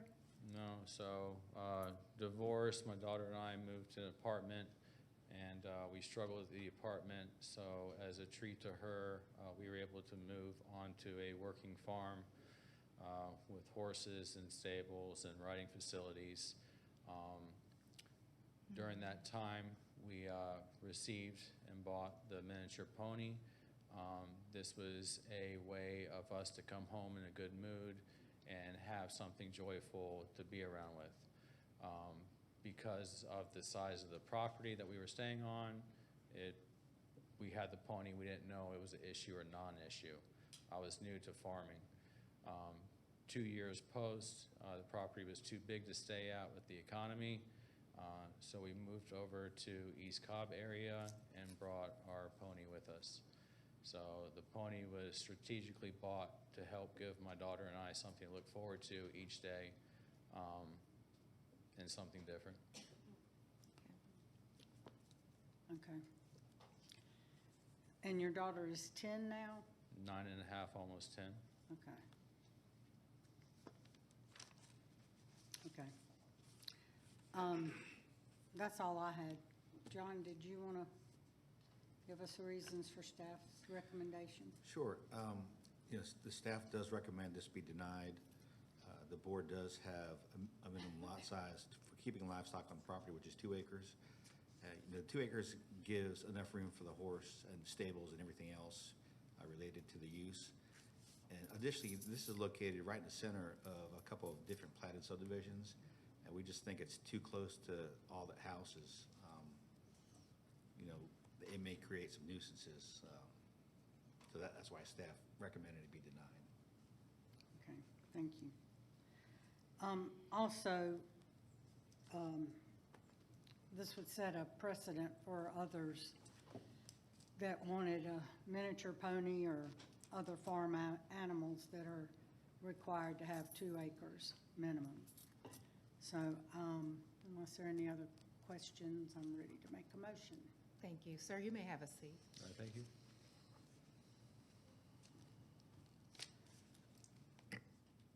With all that being said, it is a violation of code. Half an acre in a platted subdivision is really not appropriate for a animal like this. So my motion would be to deny this application and to give the applicant 90 days to try to find a stable or home for the pony. And I think that's, Okay. I'm hoping that's reasonable. If y'all think it should be different. Why don't we get a second and then we can have some discussion? Yes, ma'am. And I'll go ahead and Don't have a second for second? purpose. Yes, we do have a second. Yes. Is there any discussion from our board? I will just share with you, I agree with you. I think your reasonableness to give the 90 days allows the applicant to find a home. I appreciate the comments provided from ECCA in identifying other locations for the animal. And fortunately, there is a stable that, at least from the ECCA feedback, is about a half mile from the residence.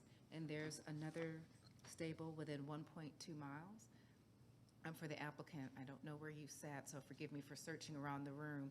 I commend you for your consideration of your daughter for a very difficult time in your family's life, and know that a lot of parents, such as myself, would perceive this to be a heroic effort to meet the needs of your daughter. However, the deviance from our code is significant. And I just did a cursory research of other jurisdictions here in Metro Atlanta. I do not see anyone that permits this type of use under 2 acres. So just in looking at the reasonableness compared to other jurisdictions, looking at our code, and looking at the proximity that there are options nearby, I fully support the commissioner's recommendation. You're welcome. If there are no further comments, I will call the question. The motion carries 5-0. Thank you. Commissioners, it is 12 o'clock. I will do this strictly by informal poll. Would you like to go ahead and continue our zoning cases, or would you like to break for lunch?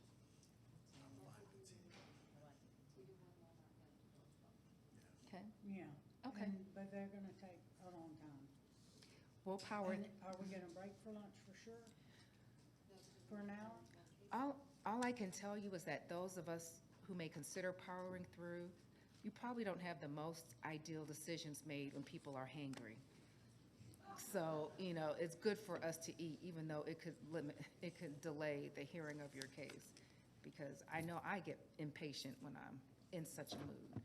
So I don't mind powering through for right now, I'm okay. But just all that being considered, not only do we have the 2 Walmart cases, we have other business item after that. And typically I break for lunch for a full hour, because when we come back when we allot less than an hour, I typically don't have everybody coming back in less than an hour. So I just give an hour minimum for lunch. You know, for the people that are here for the case, I'm not sure what their schedules are like for the afternoon, if they're even able to come back after lunch, but I guess we can kind of figure that out. Because there were quite a number of. And That may there are have to much go less back. people, certainly aren't 51 in opposition here. No, So but only a few can speak with the 10 minutes. So Absolutely. That's Right. who's staying. why don't we go ahead and do this next matter? We'll just see where time falls after that to see if we need Okay. to take a break. Okay. But those That's of you who fair. have matters afterwards, just be mindful, it is possible that we will take an hour break before the last 2 matters are heard today. Okay. Okay, thank you. Okay, next case we're going to hear is other business item number 16 of 2026, which is to consider amending the stipulations and site plan for Rachel Sutherland regarding rezoning application Z31 of 2005. The property is located on the east side of Johnson Ferry Road, south of Shalford Road, in land lot 469 and 470 of the 16th District. The applicant is present. Earlier, there was 51 here opposed to this case. All those who wish to address the board, either for or against, please come forward to be sworn in.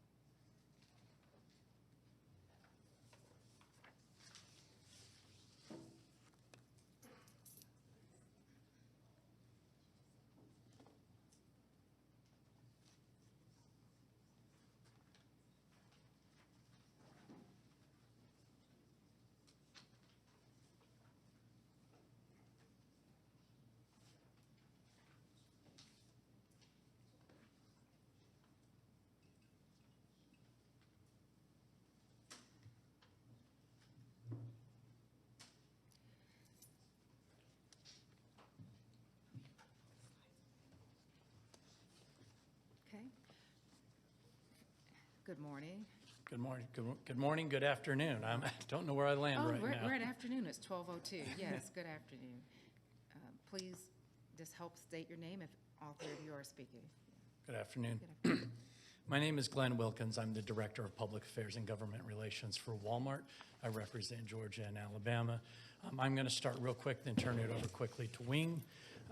At Walmart, we're constantly looking for the best way to serve the customer. One thing that we strive to do is work to know what the customer wants before the customer even knows that they want it. What we have done before is we've done Walmart pickup, which allowed the customer to order their products online, go and pick it up at the store at an allotted time in a specified parking spot. We then moved to delivery, via vehicle to the customer's home. And now as we start looking at a newer generation, they're looking for even quicker delivery times. Drone delivery is that new opportunity that we're working on. It's not even the younger generation. My father, who is 84 years old, is so excited to have this come to his neighborhood. He won't have it for a while, but that's where we're at. And I do want to turn it over to Wing and let them go into further detail. Thank you for your time. I think they're actually trying to get it up and running real quick. Thank you.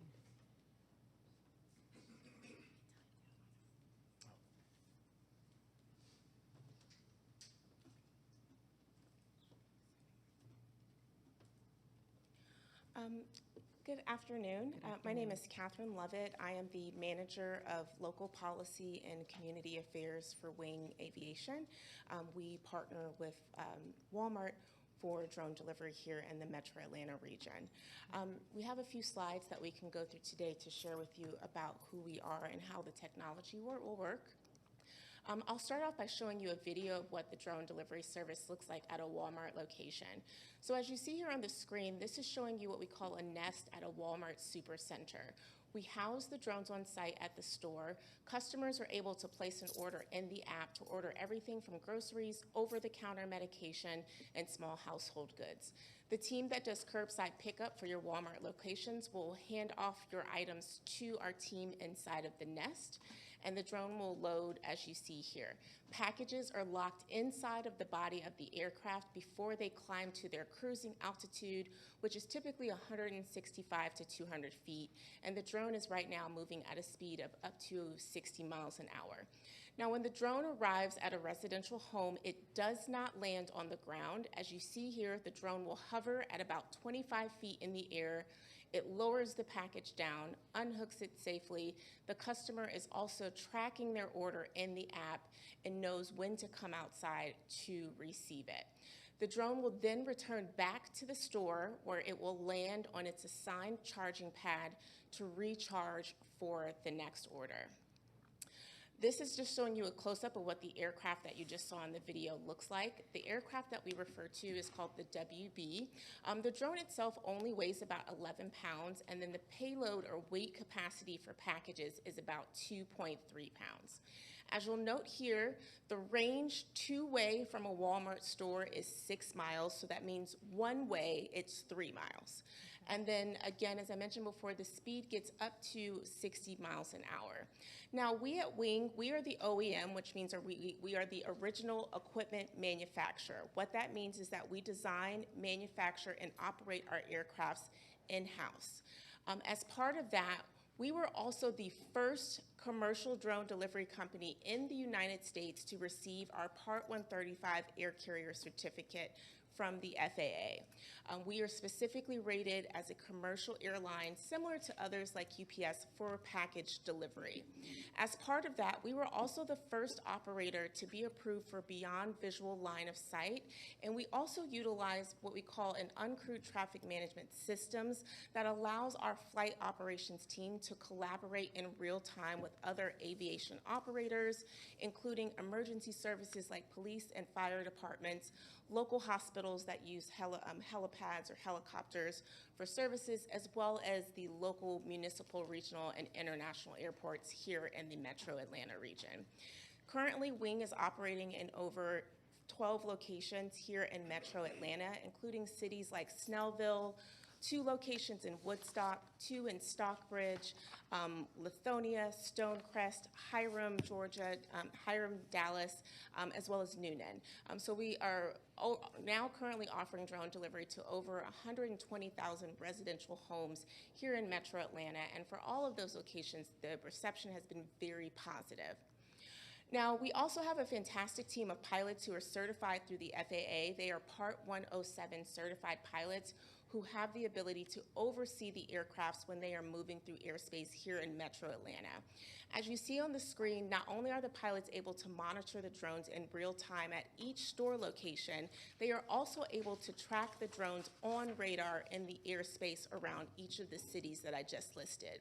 All of our drones are equipped with an antenna that allows them to be tracked on radar. Again, these are federally regulated FAA aircrafts, and so they are monitored at all times.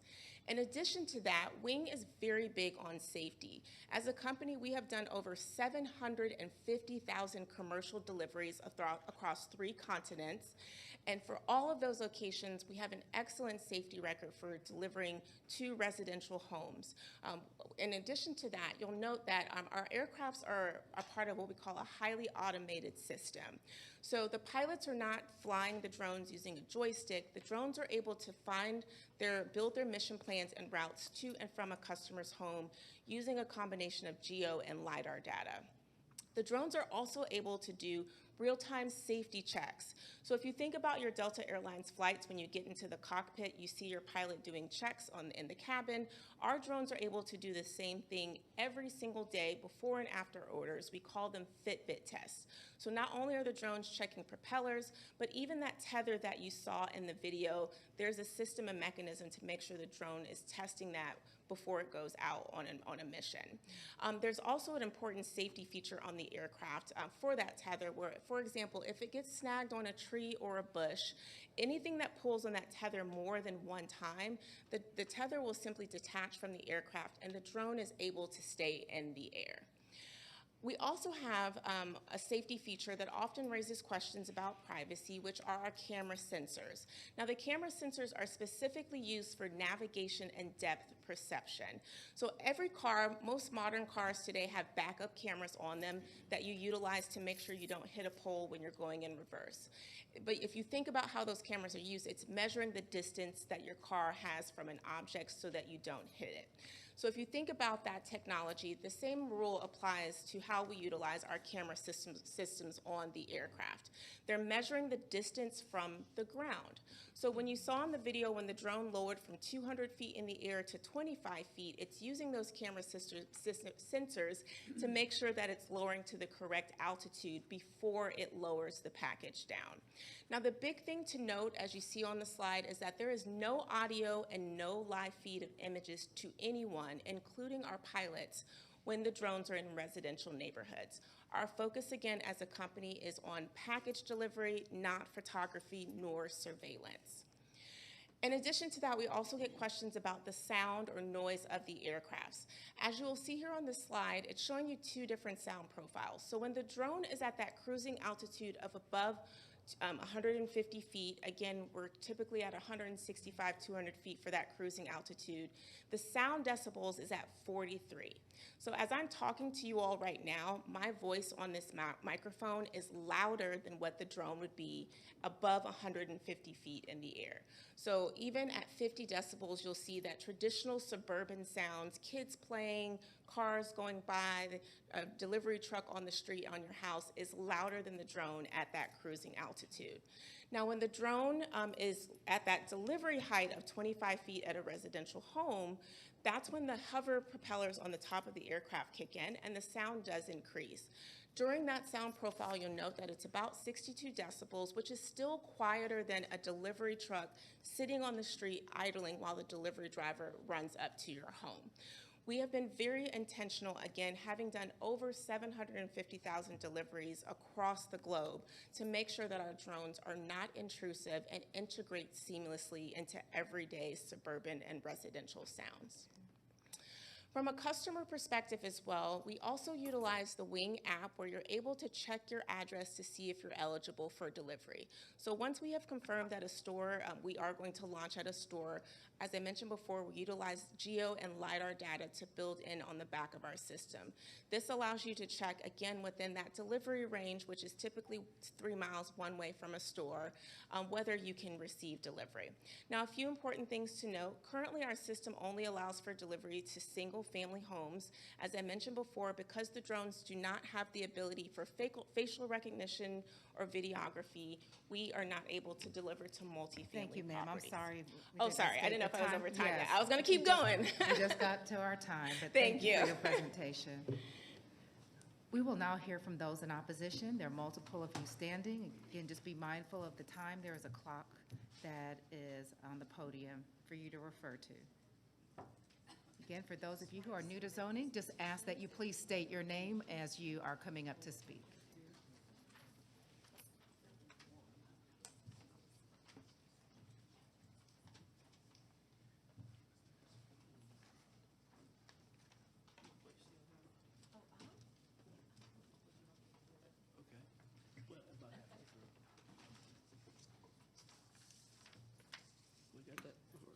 We're going to get the overhead up. Okay.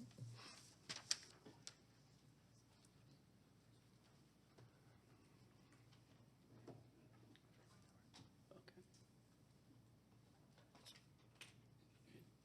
Where is it showing? There it is. Okay. Good afternoon. Madam Chair. Yes, and sir. Commissioners, my name is David Rumrell. I am an East Cobb Civic Association board member and the case manager for this OB application.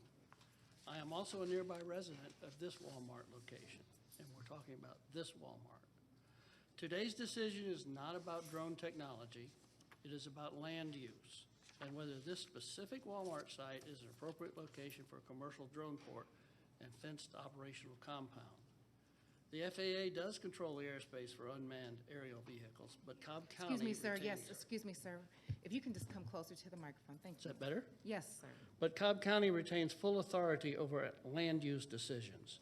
Cobb County can and does regulate land use and already restrict certain areas that may not fly over or operate from, such as ticketed venues, public parks, recreational areas, and where model RC aircraft may operate. OB 16 requests approval for Walmart through its contractor Wings to build a kiosk and fenced-in commercial drone operation in the parking lot. But this Walmart already provides free same-day delivery, on-site pickup, and has 20 parking stalls dedicated to that purpose. There is no demonstrated need for an additional high-impact use, especially when they can only carry 2.5 pounds. More importantly, the surrounding area is uniquely sensitive. At least 17 residential subdivisions plus numerous individual homes are within approximately 2,000 feet of the Walmart location. This is a small commercial node surrounded by almost entirely by single-family neighborhoods, with more coming right across Johnson Ferry Road. 73 residential units this commission approved in 2021. There are also restaurants with outdoor seating, and even multiple veterinary and pet care businesses nearby, whose clients may be affected by high-pitched sounds. This board has already recognized the sensitivity of this site. In Z31 2005, Walmart sought to expand this site to 166,000 square feet. The county reduced that to 144,000 due to residential proximity and noise concerns. The zoning decision required buffers, sound walls, and prohibited heavy-use operations such as a drive-through pharmacy, gas station, tire center, and auto care center. If a drone operation base would have been listed in the allowed businesses in a CRC, or even envisioned at that time, then it certainly would have been included in the stipulations for Z31 as a prohibited use. These stipulations even required removal of a small pharmacy kiosk in the parking lot. Why would you allow another larger kiosk and fenced area in the same parking lot? A commercial drone hub clearly falls into the same category of high-impact, high-noise issues that this board has already determined are inappropriate for this location. As a note, the parking lot is also used daily by school buses for pickup and drop-off of students. Introducing commercial drone operations into that environment raises additional safety and noise concerns. This is a straightforward land use question. Is this site immediately adjacent to residential homes, neighborhoods, restaurants, and pet care businesses appropriate for commercial drone port? The answer based on past zoning decisions and the county's own standards is no. For these reasons, the East Cobb Civic Association respectfully requests that you deny OB 16 2026. You will now hear from neighborhood representatives who will speak further about direct neighborhood impacts. Thank you. Thank you. Good afternoon. My name is Jackie Ellis. I live in Breckenridge neighborhood, directly behind the Walmart on Johnson Ferry Road. I've been there about 20 years. A lot of my neighbors have. I'm here to represent not just myself, but the overwhelming majority of residents in Breckenridge, Byron's Pond, Alpine Lakes north of Post Oak Tritt, Haven Ridge Townhomes, Clary Lakes, and Freeman Road residents who oppose OB 16 and who have signed the petition or offered written statements in opposition. We are the communities that are receiving the 1,000 feet notices. Our neighborhoods are a rare find. They're places where kids ride bikes in cul-de-sacs still, we hold 4th of July parades, and we bake when babies are born and people are sick. It's a 1970s style childhood in a modern day world. But today, the peace of our households and the 900 plus Cobb residents who signed our petition is under threat by OB 16. If approved, our lives will change forever. We're not just talking about a delivery service. We're talking about a drone highway 150 feet above our heads. To put that in perspective, 150 feet is a distance from the end zone to the 50-yard line on a football field. Not very far. Imagine a machine with a 5-foot wingspan traveling 60 miles per hour at that low altitude. The technology is impressive, but it's not infallible. Imagine the 2.5-pound package falling from that height. It generates more than 2 tons of force. And we know that the weight and the size of these drones will just get bigger. If we green light a drone airport, we open the floodgates for every other major retailer to do the same thing, setting a dangerous precedent. And what will this do to our small businesses in the area? Mazizi owner Hassan Guerra is worried that the noise and sight of drones is going to drive away his customers sipping his coffee on the outdoor patio just across the street. This is a defining choice for East Cobb. Do we remain a quiet, family-oriented community with top schools, or do we become an unregulated testbed for commercial expansion? I want to talk about some of the neighbors in our surveys that have showed the opposition. Roman Samir Rishi worry about safety, noise, and home devaluation. They recently invested over $100,000 to build their dream backyard oasis. The only thing that separates it from Walmart is trees and a fence. Now the drones are going to fly directly over their daughters while they swim. Teacher Stephanie Stoltz, she's here today. She lives adjacent to the retail parking lot and says the presence of drone cameras and repeated aerial activity at least creates a very real and uncomfortable sense of being watched in what should be a private residential space. Neighbor and realtor Pam Oldeker asked a vital question: who's going to buy a home here when they can move 6 miles away for peace? It's a certain devaluation of our greatest investments. It also means less tax money for the county. Valuation experts in adjacent counties are already appealing for a drone disturbance deduction for homeowners in these high drone traffic areas. Even our pets and local wildlife are at risk. Neighbors like Ken Crowell are concerned about the high-pitched noise for his dogs, not to mention the birds of prey like red-tailed hawks that are prevalent in our neighborhood that are especially vulnerable to bird strikes. At its core, this is a land use decision, as Scott Polinsky, president of Byron's Pond HOA, puts in his letter of opposition.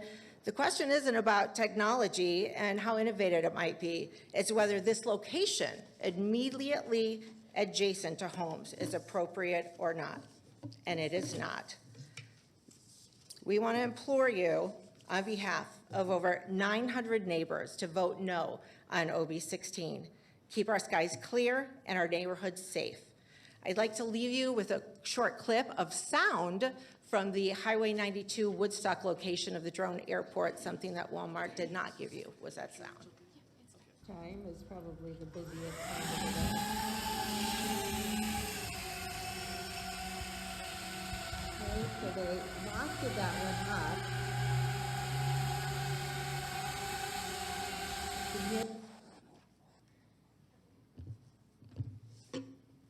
Good afternoon. My name is Ruth Michels. I am a resident of the Marlanta subdivision. which is also a close neighbor of the waterfront subdivision. I'm also the co-chair of the Josh Committee, which was established by this board several years ago in connection with the Z72 zoning case.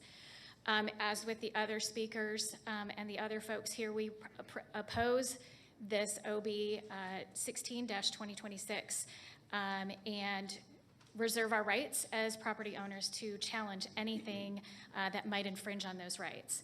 Our specific objections to this relate exclusively to some of the points that my other speakers have made to the safety, privacy, and noise pollution concerns in this high-traffic, primarily residential area. I do want to touch on a couple of things that have not yet been spoken about. Drones are typically prone to malfunctions, crashes, collisions with people or vehicles or buildings. Jackie mentioned what happens if the payload accidentally drops. As a lawyer, my concern is who's going to take responsibility for that then? Who's going to step in and bear that risk if something like that occurs? Drone use in a high-traffic, primarily residential area also creates other safety risks for drivers and pedestrians. Drivers in the Josh area don't need any additional distractions. We have enough going on as it is with all of the construction and the high-traffic volume that already exists there. In addition, we are concerned, as mentioned by others, about the potential privacy invasion of our privacy. In short, allowing a drone launching pad in the Josh area will add to already existing safety concerns in an area already plagued with issues. We respectfully request that the commissioners deny. I'm sorry, the time has run. Thank you, ma'am.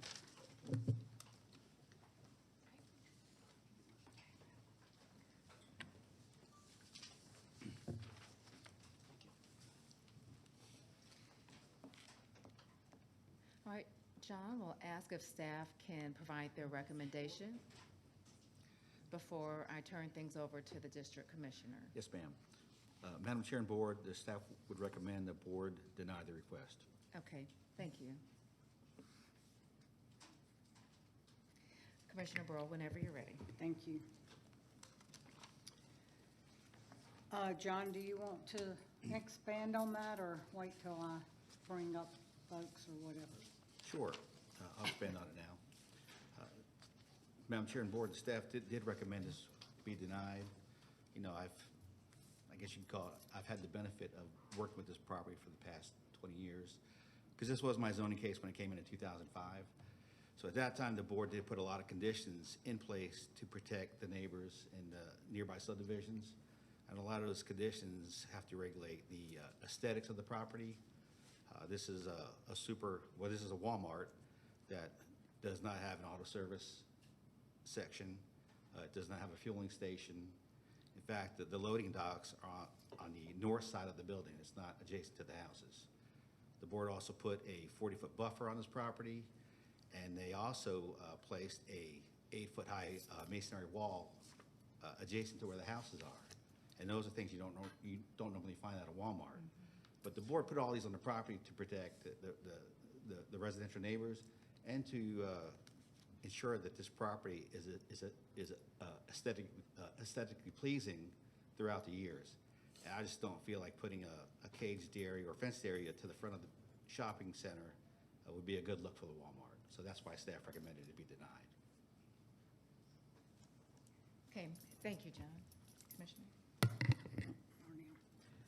Okay, so in addition to John's comments, I think Mr. Rumrill from East Cobb Civic referred to this as a land use case, not a noise or drone technology case. And I know this is, you know, things are going to new technology and faster service and delivery. But in this area, I don't think this is conducive for this Walmart for the aesthetic reasons, the stipulations, restricted stipulations that were put in place for the protection and the environment around the Walmart, the residential homes. So with zoning, the applicant is required to send out a notice of their case to anyone, residential or business, within 1,000 feet. And on file with the zoning office are those letters that they did, that were required for over 400 residents or businesses. That's a lot of people and business and residential within 1,000 feet of this. You heard from the opposition. There's also a petition of, it was over 1,000, but I think the opposition weeded out some that weren't in close proximity, because we want to hear from the ones that are most impacted.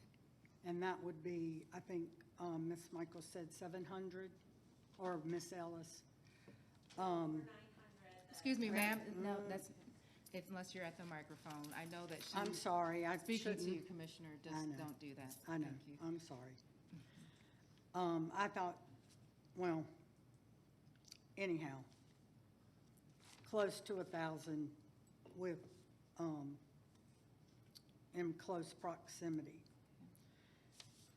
I have a stack of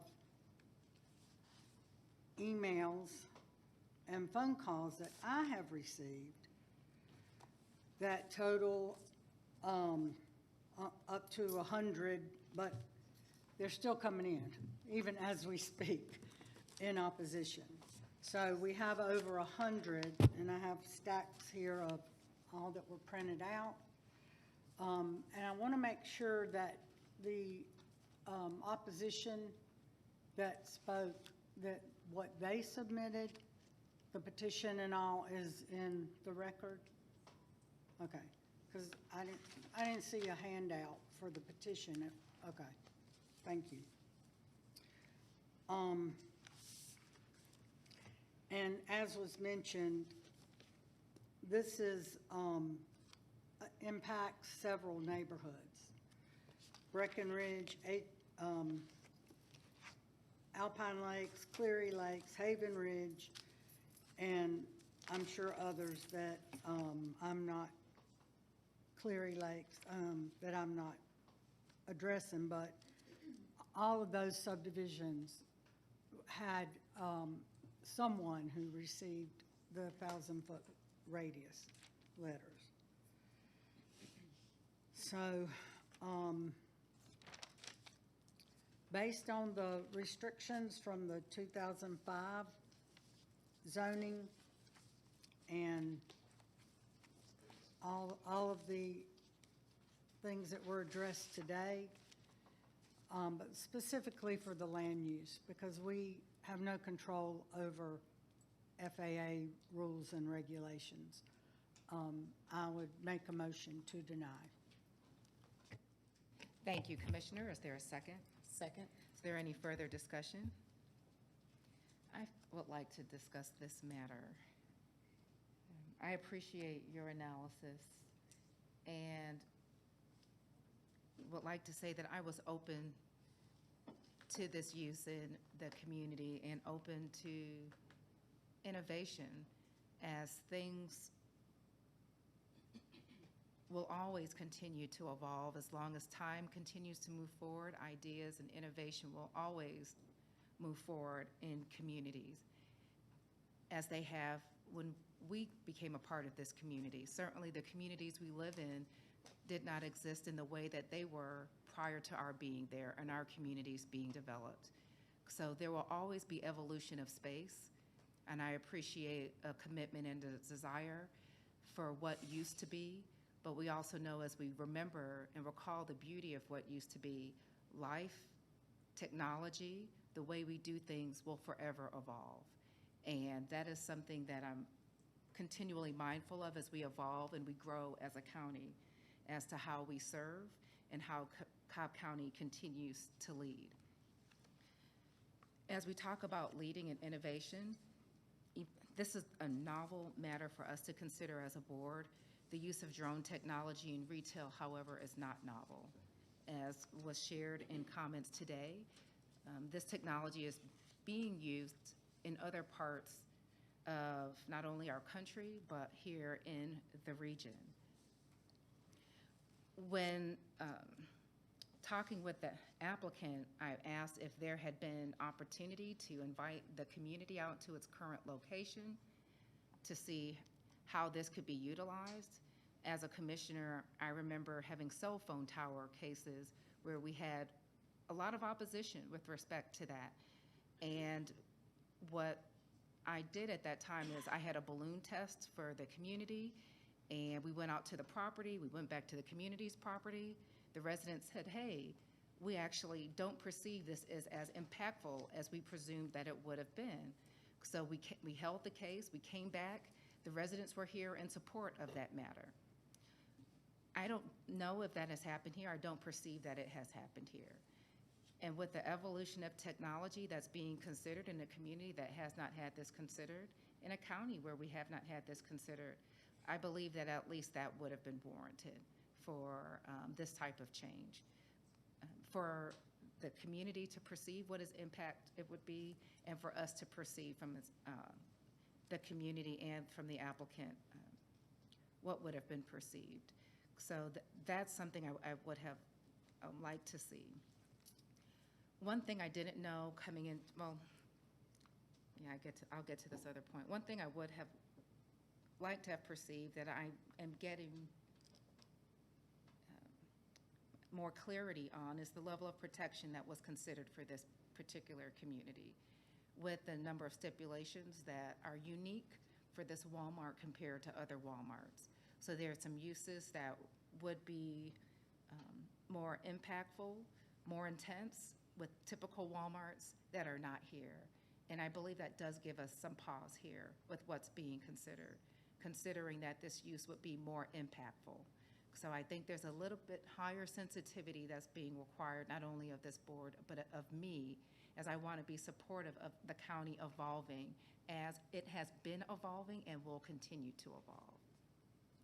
Should the board make a decision today, I believe that there is enough reasonability for denial based on the consideration that has been given towards this Walmart, based on the fact that it is a novel use.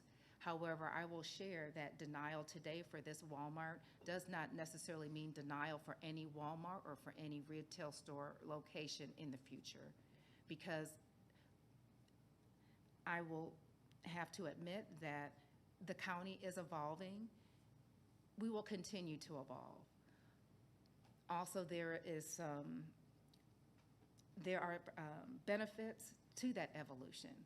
While we may perceive it's convenient for us to not drive to a store and get what we want, for a number of people, options like this are probably a very viable option.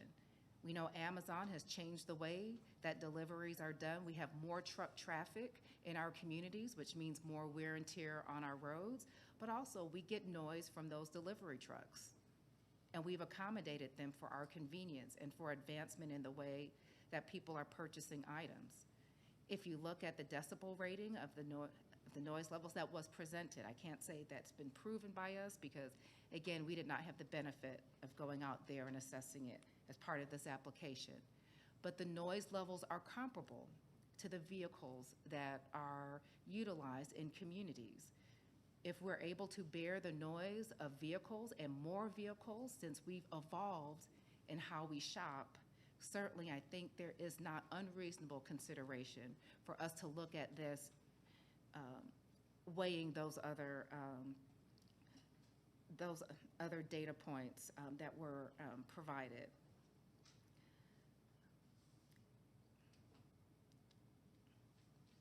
So with that in totality, some other data that has been presented, again, I can't say denial of this application doesn't mean that the county should not consider this. I would just ask, because we are evolving, this will probably not be the last time that we see a matter like this. I would love for us to have some further consideration of this with community development. Again, we are in a place where we are looking at our ordinances, we're updating our comprehensive plan.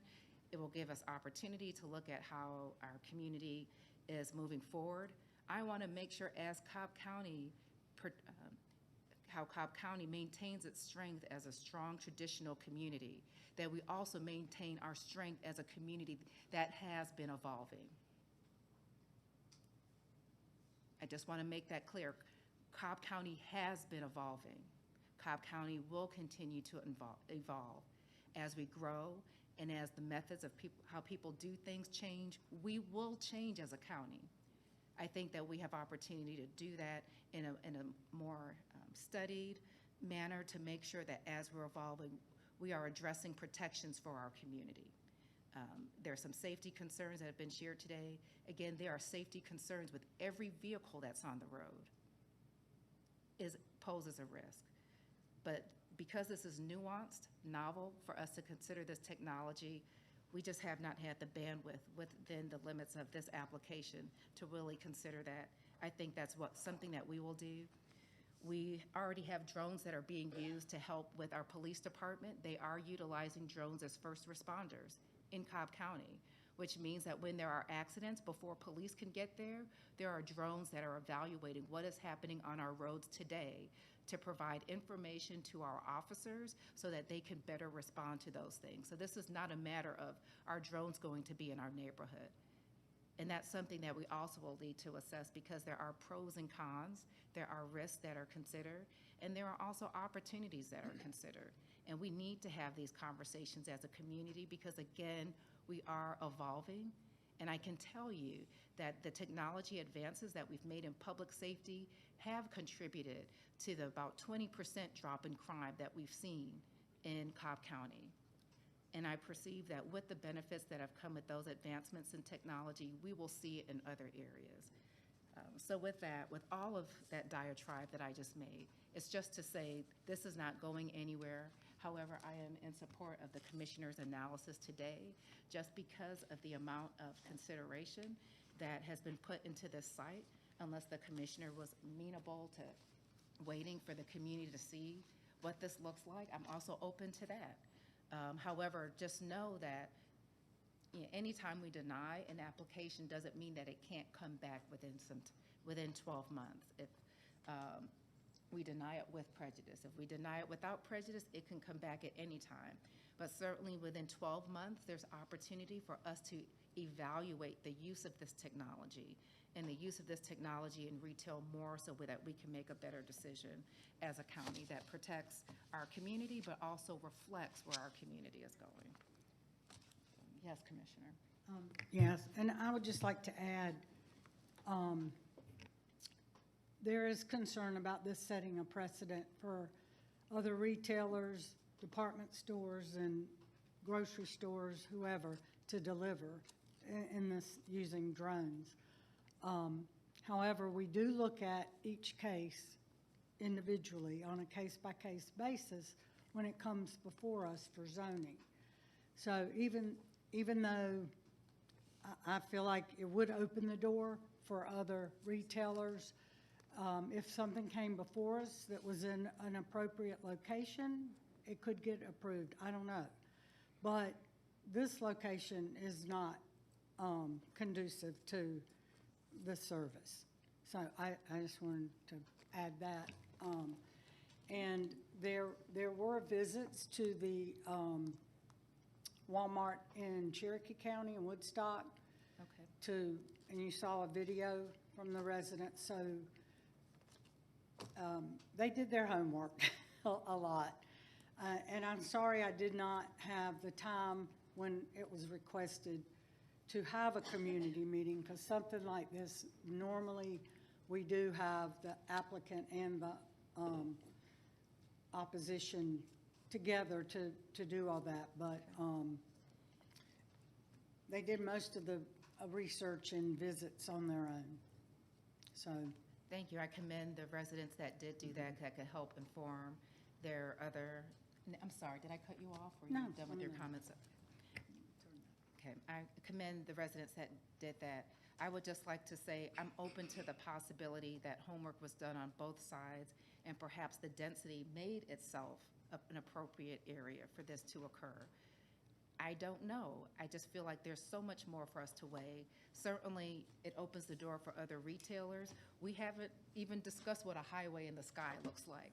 At some point, they had to do that with airplanes, and airplanes, pose a significant risk with the amount of weight that they carry in the sky. We have multiple trips. I would like to see, there's just so much data for us to get to make these more well-rounded decisions for us. I just perceive that we did not have that for this matter. Yeah. I just want to kind of reiterate what John said at the beginning and kind of where we started with this. It's not about regulation of drones. It's purely about location of where is it appropriate for a takeoff pad, basically, for this. So I would even encourage the applicant to maybe consider a location that is appropriate for this type of service, because I don't want the conversation to be about are drones appropriate for delivery. I think we're moving into that space and it's going to happen. The question, as John said earlier, is about land use. And is this the appropriate location for takeoff and return of drone delivery vehicles?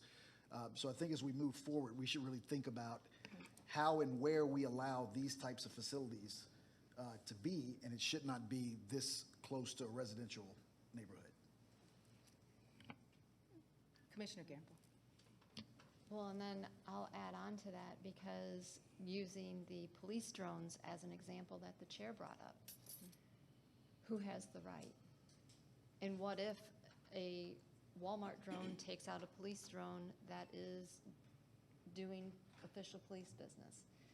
These are things that I would hope are regulated by the FAA. And while we haven't put that into our zoning code, correct, Debbie? We don't have FAA regulations in our zoning code. Not that I'm aware of. So I guess the question to our legal department is, do we need to incorporate that into our zoning code? Which again goes back to what John said, the only thing that we can regulate right now is land use. Yeah, thank you for sharing that. And again, I struggle to see the impediment with the land use, because this is fenced in. These are fenced-in drones. So are we arguing about fenced-in drones being on a property?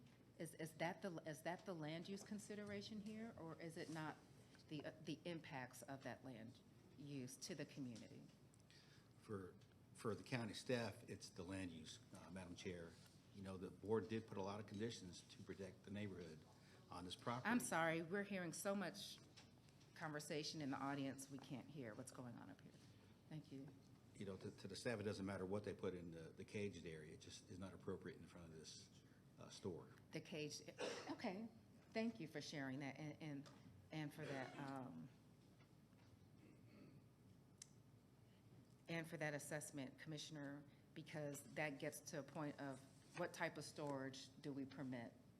And that's what this, to me, is more akin to perhaps some of those zoning conversations that we've had about what items a store can have in the front of their property. Yeah, and this particular Walmart has conditions that the only thing it could have is a limited amount of garden shop stuff. And it is of garden shop materials during summertime and springtime. So the other points made by the community, several, which I've jotted here. I can read my chicken scratch. Noise, pollution, crashes, collision, privacy, safety, driver distraction. These are not necessarily pertinent to the land use decision we're making here today. Correct. Thank you. Thank you for sharing that. I appreciate that, because I'm trying to understand how to weigh those, I think, very real neighborhood concerns with what's being requested of us today. Because that's what most of the conversation and the emails that we've received have honed in on. No, I was just going to say it's interesting because you can't have one without the other. So in this case, it's the landing pad, which we are being charged to make a decision on, but then there's the other piece that we're asked not to consider because that's FAA regulated. Yes, of course, this is your matter, Commissioner. Well, and the police drones are not 60 of them going up, one right after the other. And, I mean, you can't interfere with law enforcement. We have to be safe, keep our residents safe with that. So I really don't think that's a good comparison of police drones versus retail, but that's just my opinion. I hear what you're saying, but some of the factors being considered would be factors associated with any drone use. Whether it's a police drone or a commercial drone, there are still issues of crashes or collisions or malfunctions that can happen with any drone. There are still driver distraction issues that can happen with any drone. There's still a payload weight issue with any drone. There's still a privacy concern with any drone. So even though they might not be at the same volume, doesn't necessarily mean that the factors that are being considered by the residents here today would not be a concern for any type of drone that would be above them. And that's what I'm trying to get to. If it's a FAA consideration, does the board not have the ability to make zoning decisions that are in that space or that would conflict with anything that's being regulated in that space? The board can only make decisions regarding the land use of the property. Okay, that narrows us and it is helpful. Thank you. Because I would challenge probably the better analogy than police drones or just private drones. I mean, there are drones that are flying now. We as a board do not regulate in a meaningful way who can go and fly a private drone. So it's a broader conversation that I think we have to grapple with, considering where we are with technology. That may be helpful for those who are here, as you may see other drones. And we appreciate the conversation. I appreciate the board's conversation and staff's as we consider this. And thank you again for narrowly tailoring this, Commissioner Allen and Commissioner Burrell, to the land use decision and for staff helping us in what we should consider in this decision, which makes me more confident in supporting you with the motion that you've made. You're welcome. We have a motion and a second. Is there any further discussion? We'll call the question. The motion carries 5-0. Thank you, commissioners. Commissioners, the time is 12:49. My question is, would you like to power through with the last two cases that we have here or take lunch? Okay, thank you. We'll give a couple minutes for the audience to clear, but audience members who are having conversations right now, we do have another zoning matter, so we just ask that you please press, yes, everyone, we have other matters. Thank you for that.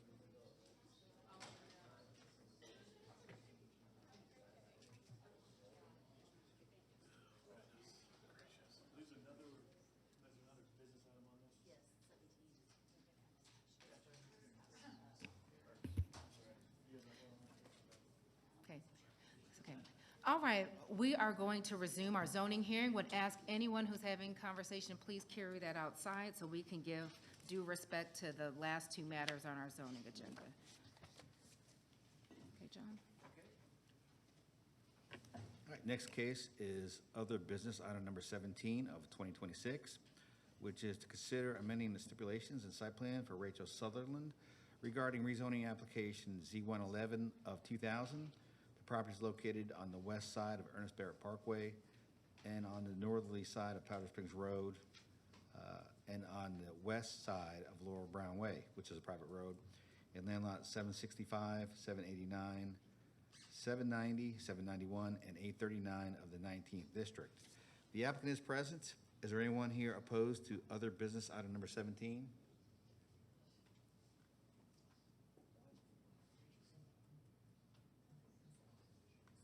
Is there anyone here opposed to other business item number 17? None? Is there anyone here in support of other business number 17? One, okay.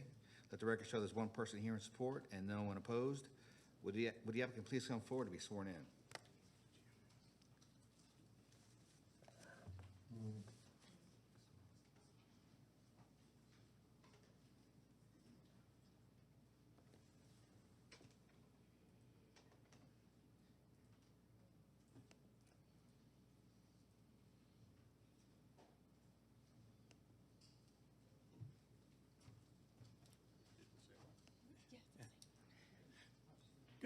Excuse me, my voice is going. Good afternoon, Board.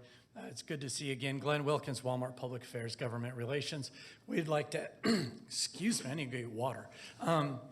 We'd like to ask where you would like for us either to pick up where we left off, or if there's just general questions we can answer, or just talk about the program in general. Did you have more time left on your presentation? We do. Okay, if so, I'm okay with you picking up where you left off, if the board is amenable to that.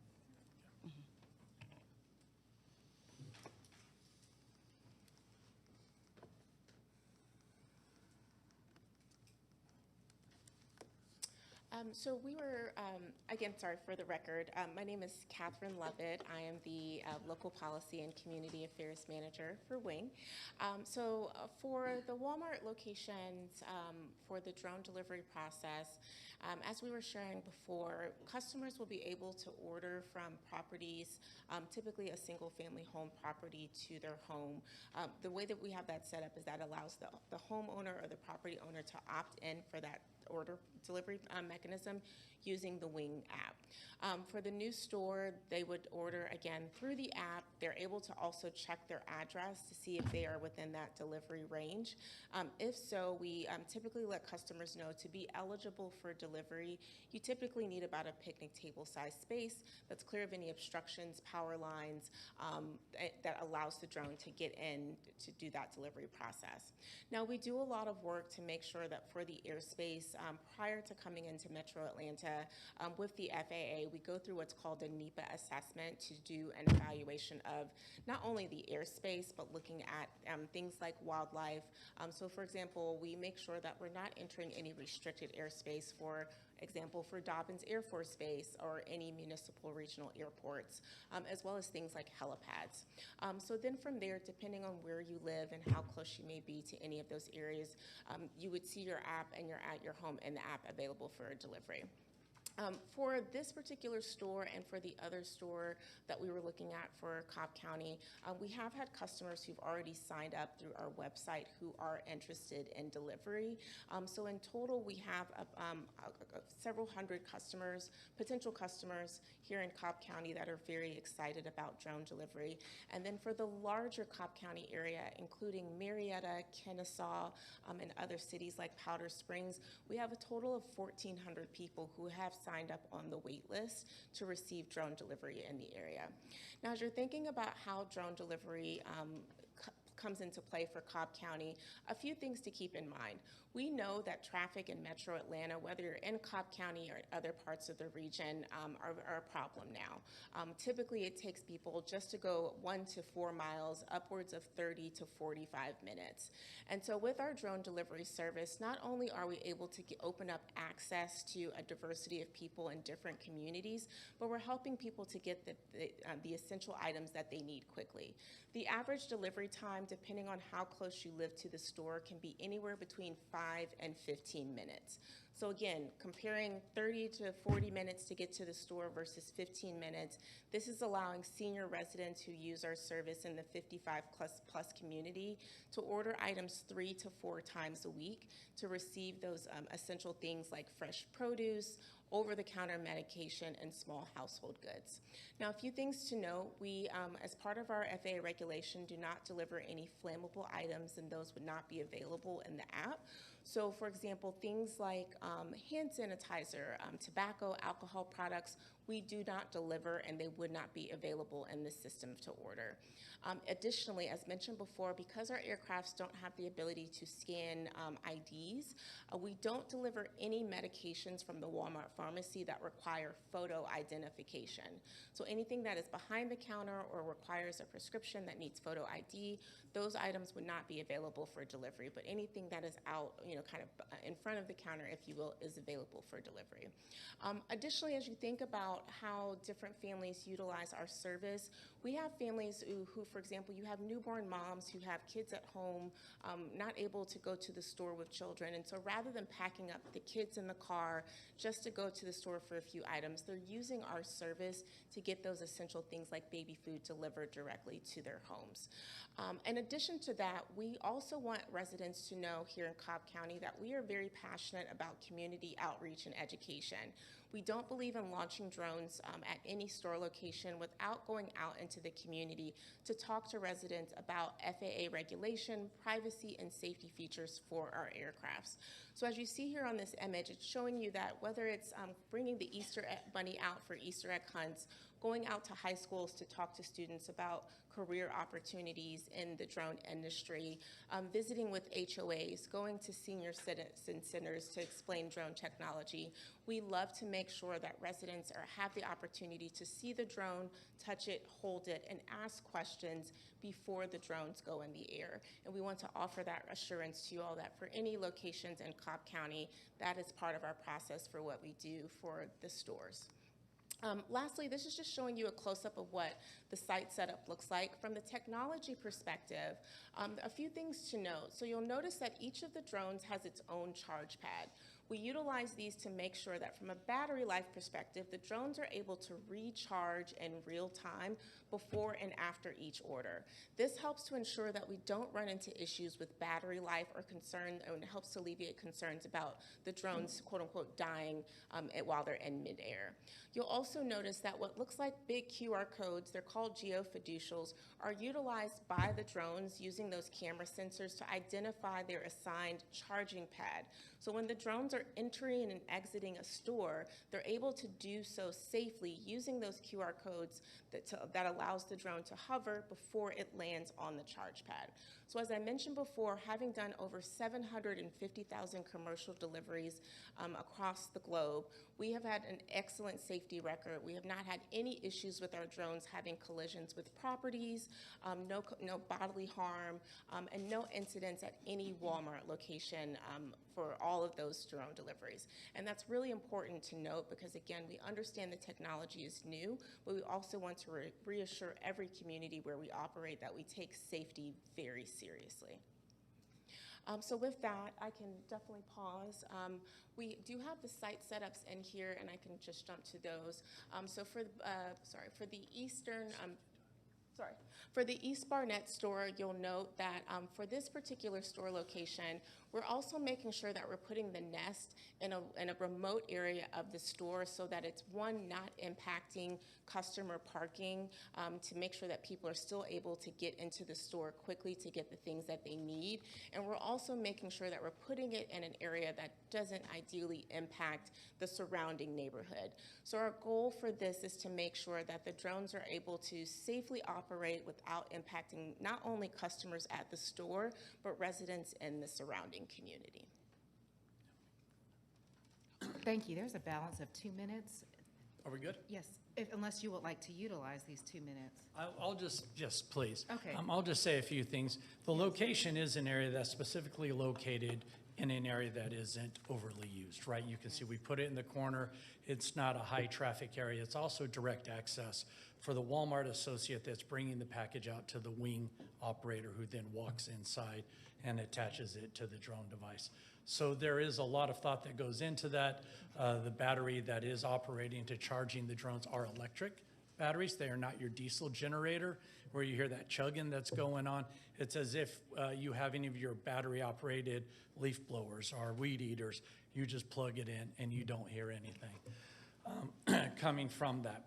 So we have found that there is a lot of success and appreciation for this opportunity. We see that there are a lot of kids who actually are at home during the summertime, and they are alone as well. And it's an opportunity for them to be able to have a safe delivery of food, water, whatever it is that they need without having to open up the door for a stranger, whether it's from, I want to use a particular name, but someone delivering the food from a restaurant. There is also great success that Wing has had with other operators. They do deliver hot coffee. They deliver ice cream within the time frame where it's still frozen. So it is a use that is just an absolute fantastic. We've had other cities, yeah. I can't deliver it to you from here. But it has been, we do have other municipalities who are looking at how do we get it delivered to City Hall now, because there are the uses that we are looking for our lunch breaks, you know, things like that. So thank you, I appreciate it. Thank you. All right, with that, I believe that concludes our applicants' comments. We do have 10 minutes for opposition for those that would like to speak.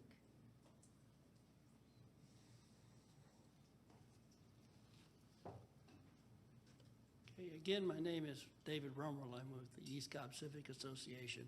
And I was here specifically about the Walmart location on OB 16. I did have a few questions that you may want to ask here. Myself and other colleagues from the neighborhoods did visit the Highway 92 one. And on that one, and in the pictures I just saw, there's a portable generator. And so I'm wondering about, I know the drones recharge themselves on the pads, but where does the power come from? It was a question in my limited time I didn't get to ask in the previous one, because portable generators make noise. And so it's not just, it's land use, but it's not just whether you want to have a fence and a kiosk. It's the impact of that land use I wish you to consider. And you do need to consider every site individually. Every site is different. The amount of sound screening that there may be, where it's located in the parking lot, the distance to adjacent residential neighborhoods, all of that. But that's a couple of questions that I just didn't get to cover, so I had time. Thank you. Thank you. Are there any other speakers in opposition? Okay, with that, we'll close the hearing. John, we'll ask you what staff's recommendation is. Madam Chair and Board, the staff would recommend the Board deny this request. Okay, thank you. I'll turn it over to the District Commissioner. All right, thank you, John. If I can have the applicant to approach, I have a few follow-up questions.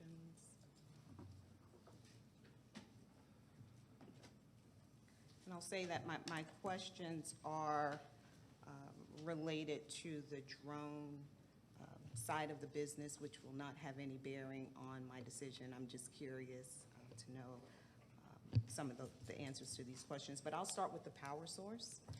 Yes, so as Glenn mentioned, for the store setup, we utilize a battery electric generator. So, and thank you. I'll go back to show an image. So this particular generator is not like the old school diesel generators that have that loud clunking sound. This is an all-electric generator that is completely silent. So if you were to go to our stores and stand next to it, oftentimes people think it's not on because it does not emit any sound. This typically lasts for about 30 days, and then the team from Sunbelt will then just swap it out. So we've utilized this to, one, make sure that, again, as best as possible, we are not adding additional noise to not just the Walmart store, but to the surrounding neighborhood. Okay. And with the app, is a subscription required for delivery, and is there a fee attached to So that? for the Wing app, there is not a subscription required. You're able to sign up from either your Google Play or your Apple Store. And then typically for new locations here in the Metro Atlanta region, customers can look through here for thousands of items. So as an example, just from the grocery section, there's over 2,500 items at some stores that are available for delivery that have already been pre-weighed and vetted to make sure they meet the weight restrictions for the aircraft. Now, at some point, the app experience for customers, for Walmart customers specifically, could transition over to the Walmart app, but for now, there's no fee, and then additionally, there's no upcharge. So what you see for a pint of ice cream in the store, the pricing is the same. And then we also let customers know as well that there's no tipping required in the app because your drone does not require a tip. Okay. Also, what's been the max weight for delivery? So the maximum weight is 2.3 pounds.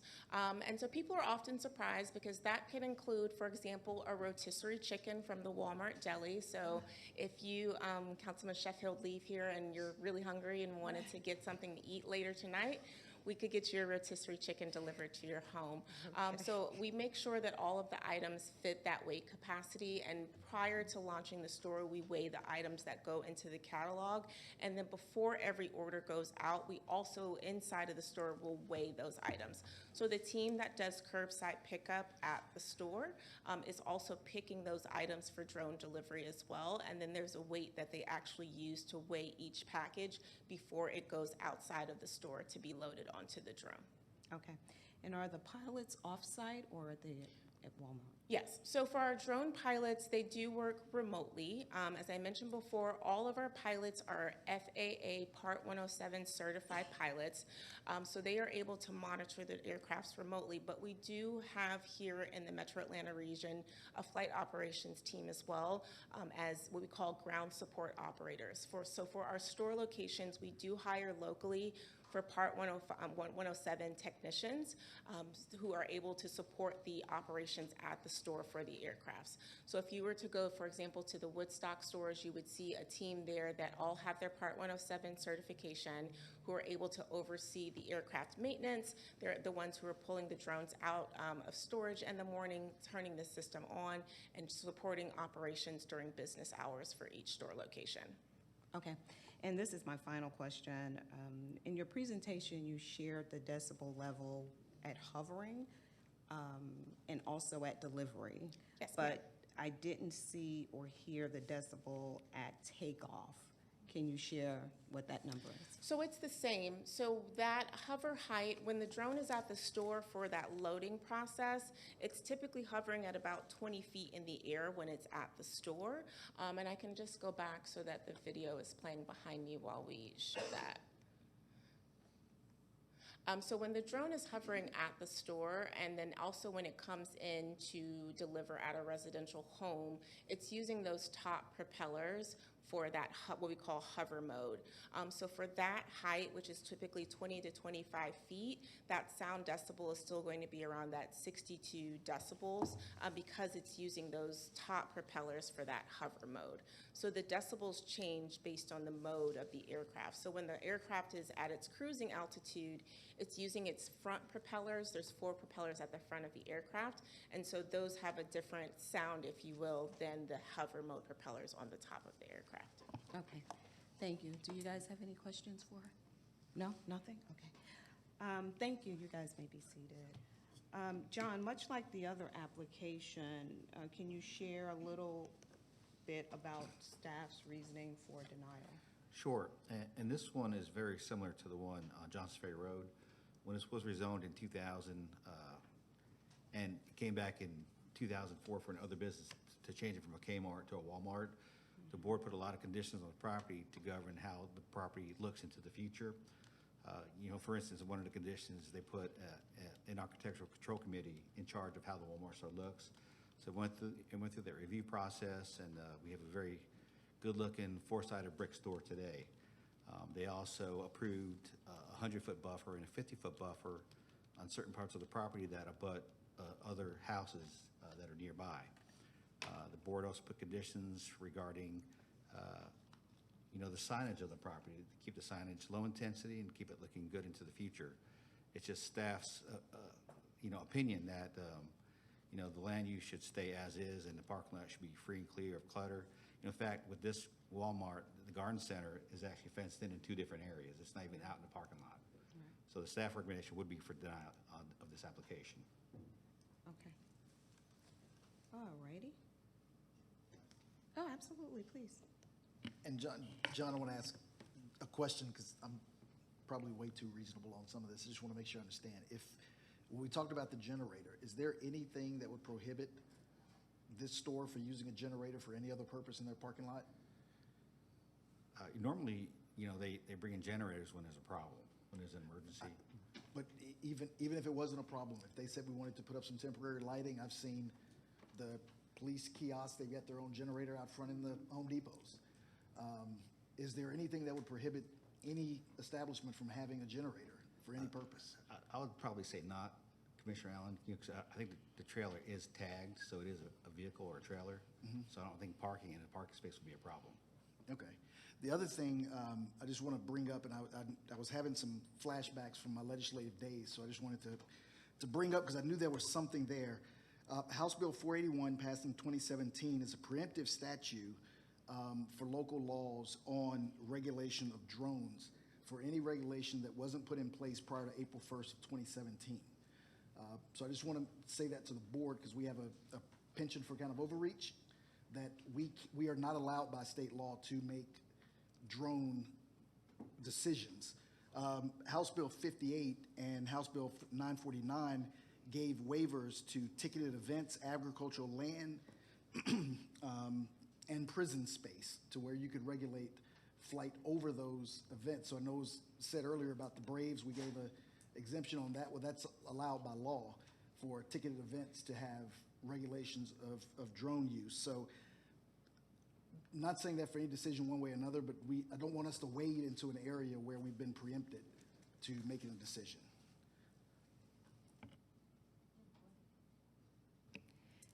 Thank you, Commissioner. I appreciate that. And again, it just reminds me of cell phone towers and how we've evolved from the considerations we used to have and acquiescing to that, to federal law superseding our local jurisdiction in some of those matters, and solely looking at it from a land use perspective. Here, again, I'm looking at it from how we're storing it in the parking lot, and perhaps the noise that you've addressed in some of your questions that could emanate from where it's being stored in the parking lot. And not fully in response to what you said, I do see this contrasting to the prior case, even though I know there's some protections here, just the location of where it is, looking at the overarching land uses, not seeing residential located as closely, being in this very highly commercial area often, looking at some of the other intense uses around here. This is a very intense commercial corridor, probably one of the most commercial corridors in our county, alongside having nearby industrial. I don't necessarily perceive that this has some of the same issues for consideration as the other Walmart, and considering this is further away from the Walmart site, to closer to where the Quick Trip, is it Quick Trip? It's Racetrack that's out there on that corner. It's Racetrack. Yes. It's not right across the street, it's further down. So right across the street, you're gonna see here, if you can somebody zoom out from this map?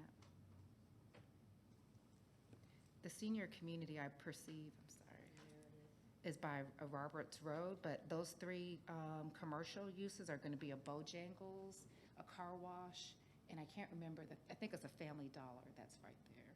These, the residential for the apartments is going to be across from ONI, NRC, and LRO, but that's at Roberts Road Drive, across from Roberts Road Drive.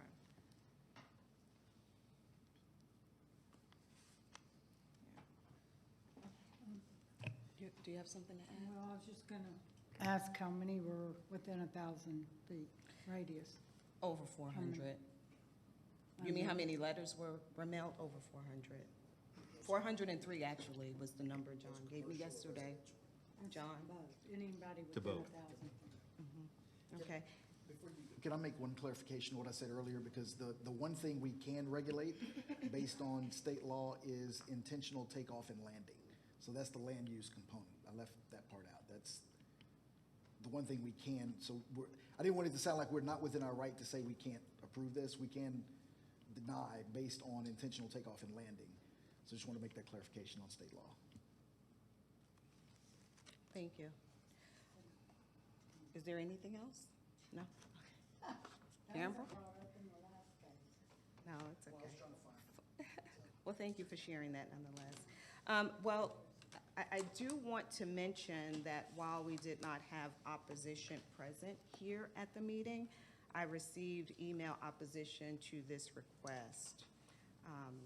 And after thoughtful consideration, my review, and I get this is about drones, but what we're expected to, or what we're charged with is the land use portion, which we've had healthy discussion around. But my review centers on preserving the visual integrity and the original design intent of the development. Approved in 2000 as a site plan specific project, the layout was intentionally designed with a 100-foot undisturbed buffer to screen nearby homes, an architectural control committee to ensure consistency in elevations, and an enclosed garden area to maintain a clean and cohesive appearance throughout the development. I visited the Walmart in Ackworth in Cherokee County last week to gain a firsthand understanding of how the proposed pad would look in practice, and it's pretty much what we saw in the video and also in the presentation of the applicant. But while positioned differently within the two parking lots at the Ackworth location, the pad at Barrett Parkway location would face the main arterial road, which is Powder Spring Road, introducing a level of visibility that does not align with the original vision established by the then Board of Commissioners. As a result of this request is consistent with the established character and visual landscape of the development. And I uphold staff recommendation of denial, and this denial shall be with prejudice. And that concludes my comments. Is there a second? Second. Thank you. Is there any further discussion? I think this application is a little bit different from traveling here. I think that Walmart has some consideration for how it does screen those areas from the roadway. There are trees that are on the south border of this lot, and when you enter where this area is, it goes into both the racetrack and then also you have to travel further down. So I think some of those site concerns could be easily ameliorated with the property that is here. I think one of the main concerns I had with how the storage looked at the other site was just how compact that site was in light of everything, and certainly the housing much more closer to that area, as much as I know that there are some other aesthetic means. So this would be one that I would approve. This is something that I think that those other site concerns could be ameliorated just with some further fleshing out from the applicant and the commissioner how those areas are screened. You can make it, I mean, that screening, I just think that's it. You just look for how you screen it. So I'm Right. But, I'm sorry, go ahead. Thank you. I'm just having, I'm heartburn denying it in light of some of those other concerns and in light of the intensity and seeing how low the bar is to address that appearance this year. And I see the benefit being I see the benefit to this technology, I just do. Right. And I understand, and, with the landscaping, but the overall focus for me is maintaining the integrity and the character and the look of the plaza. And, the caged area with the flight path does not align and it's not consistent with the plaza. Yes. And this is to your point, or to all of these. What, and maybe this isn't appropriate to ask here, but what would be the appropriate place for it? If these were to be launched from the rooftop, would that make so is it purely cosmetics that we're worried? So, because I think we should be also forward thinking about what are solutions. Okay. Okay. Well, let me be clear in saying it's not that I'm not being forward-looking because I don't approve this application.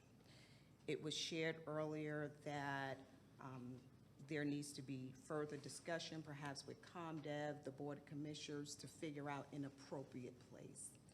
What I can share is until we get to a point of determining what that appropriate place is or where that is, my decision today leads me to feel that this is not that place. So we can have further discussion around it at some point. As the chair mentioned, denial today doesn't mean that they can't come back later on. Well, but you said, you said, so when you say denial with prejudice, that means 1 year before it could come back? I am aware. So, okay, all right, just make sure. I am aware. Okay. I'm not. Am I hearing you say you have a question? No, I pushed the wrong button. There we go. I pushed the wrong button. Oh, okay. Yeah, I think,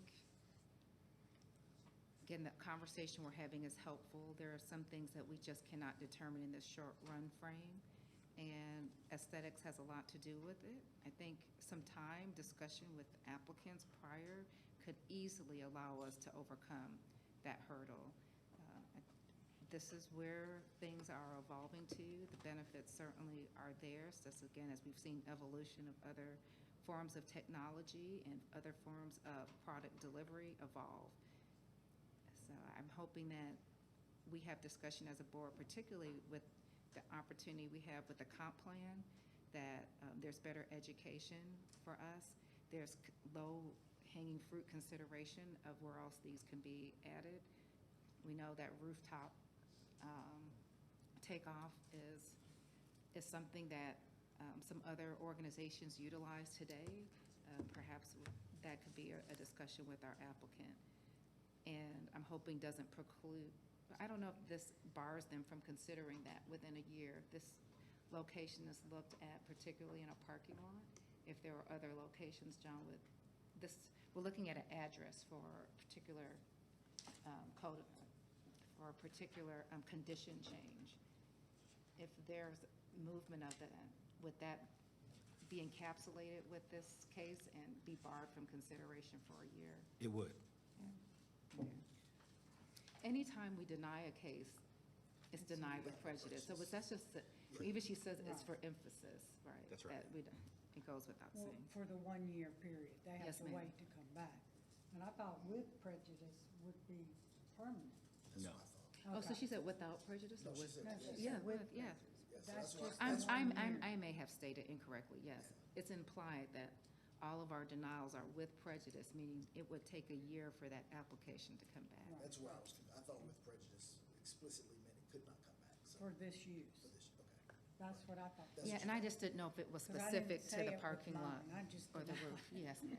And- But it's still a year regardless. Yes, and I first pray that Cobb County considers innovation in our county so we can continue to lead, and certainly want to do it in a way that's thoughtful and reasonable. But again, I just can't underemphasize the fact that we are continuing to evolve, and we should be leaders in innovation. Okay, we'll call the question. The motion carries 5-0. Okay. We'll hear our last matter for today. All right, and the last item on today's agenda is other business item number 19 of 2026, which is consider installing a gate and making it Mirador Estates subdivision a private road for Mirador Estates LLC. The property is located on the southeastern side of Lower Roswell Road, east of Dickerson Road, in land lot 1119 of the 16th District. The applicant is present. Is there anyone here opposed to other business item number 19? John, before we go on, I meant to actually press no, and I pressed yes for that last matter. What do I need to do? Okay. She pushed the wrong button, so we need to revote or reconsider. Just recall it. I was gonna say. Technically, we should do a motion for reconsideration, but I mean, it's so close in time, I think just noting it. In Yeah. the minutes? Yeah, yeah. Nobody's, okay. I Well, think, we I haven't will, started the next yes, I would like to see it reflected in the vote, not just to note it Okay, in a then just motion to reconsider. Okay, Commissioners, I move for reconsideration. Second. Is there any discussion? So this is the vote for reconsideration? Yes. All right, call the question. Motion carries 5-0. What do I do? She makes the motion. I to thought I was deny. moving to do the process, so I need to hit no, right? Is that what- Yes, we're moving to You have to reconsider. reconsider it to And- vote no. So that's what we're doing. Okay, we're going to make another motion on the matter, right? Yes. That's- Okay, so, all right, I thought you were correcting. Okay, so that was 5-0 for the motion for reconsideration. Right. And then we need to have the motion read. Okay, I make a motion to deny OB 17, 2026. Thank you. Second. Is there any further discussion? All right, we'll call the question. Thank you. There you go. Okay, and was there anyone opposed to this case? Cameron? No? Okay, let the record show there's no one opposed. Did you really have to ask twice? I So have three seldom times I if I have have to. zero, I just don't want anybody. Ask the consent. You can be quick. Yes. Good afternoon, I'm Kevin Moore here on behalf of the owner and applicant in this other business application. And I will be able to be brief. I'm not here to discuss drones or pastries or ponies.